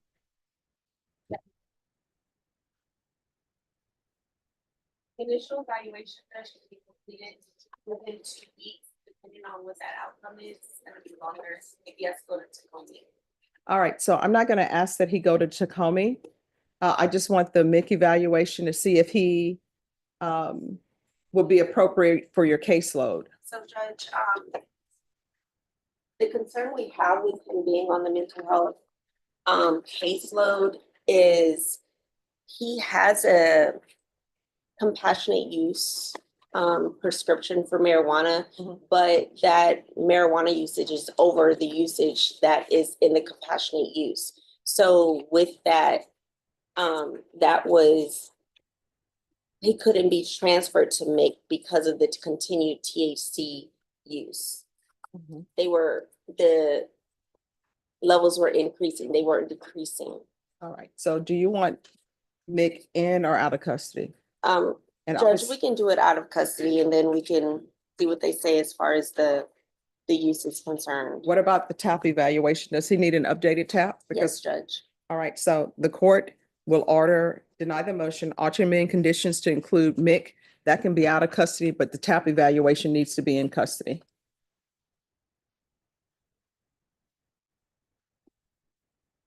And the reason why is because obviously there's more going on here. And the TAP evaluation will let me know. And the TAP evaluation, that will be completed sooner than the MIC evaluation. It doesn't take long for the TAP. And once the TAP evaluation is completed, Ms. Abrams, before they do the report, he can be released and he can be brought back to court for TAP recommendations. All right, thank you. And you. Sir, you need to follow the rules. He does have a second one. Yes, so he's going to custody. And then he's to be released once the TAP evaluation is completed. How soon can that tap be done? You'll have to talk to probation. Because he is working, you know, and I understand there was some discrepancy. I have his prescriptions. All He right. is being seen by another doctor now. Okay, if you'll talk to probation, they'll give you a time frame on that. But as I said, TAP evaluations are relatively quick. Okay, thank you. If you need anything, let the court know, all right? Yes, ma'am. All right, the court, Robert Thompson, your motion to reduce bond, Mr. Leal. We'll have we'll have Judge Nahara hear your motion to reduce bond. Oh, all right, then that's gonna have to come back tomorrow. Tomorrow, I Yes. have a full flight tomorrow. I can do it in the afternoon, Judge. No, Or we're this in afternoon. we're in a jury trial. If you want, once you get the paperwork done for him, you can zoom in tomorrow. So me? Yeah. Okay. But the paperwork needs to be done today. All right, the parties on Allen. Hi.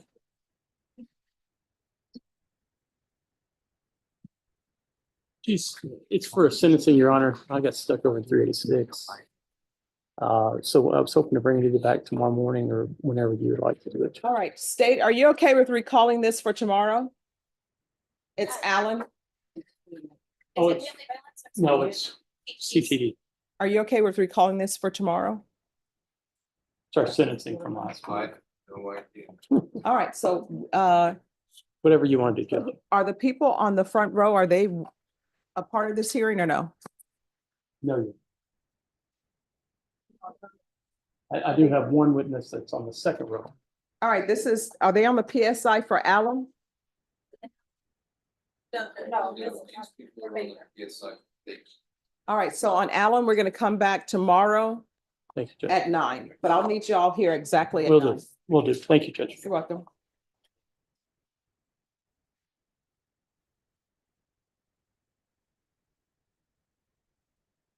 All right, and then I think that's it, because I don't have any other files.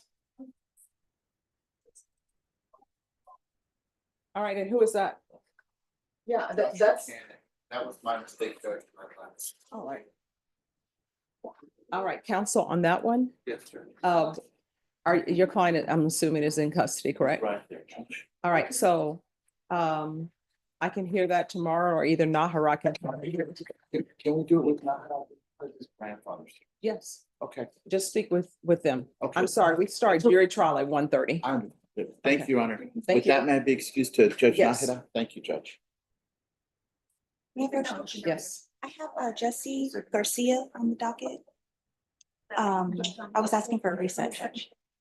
Okay, then, I have to take that up tomorrow. I'm sorry, because I'm going on lunch break. We have a jury coming up at 1:30 and they need a break and the deputies need a break. Judge, Yes. there should be, He wants me to call for either tomorrow. sentencing or PSI from Baker sent on time today. Nobody ever put the file up here for Baker. So we're calling for tomorrow Thursday. Madam Judge, I'll be in. Sorry?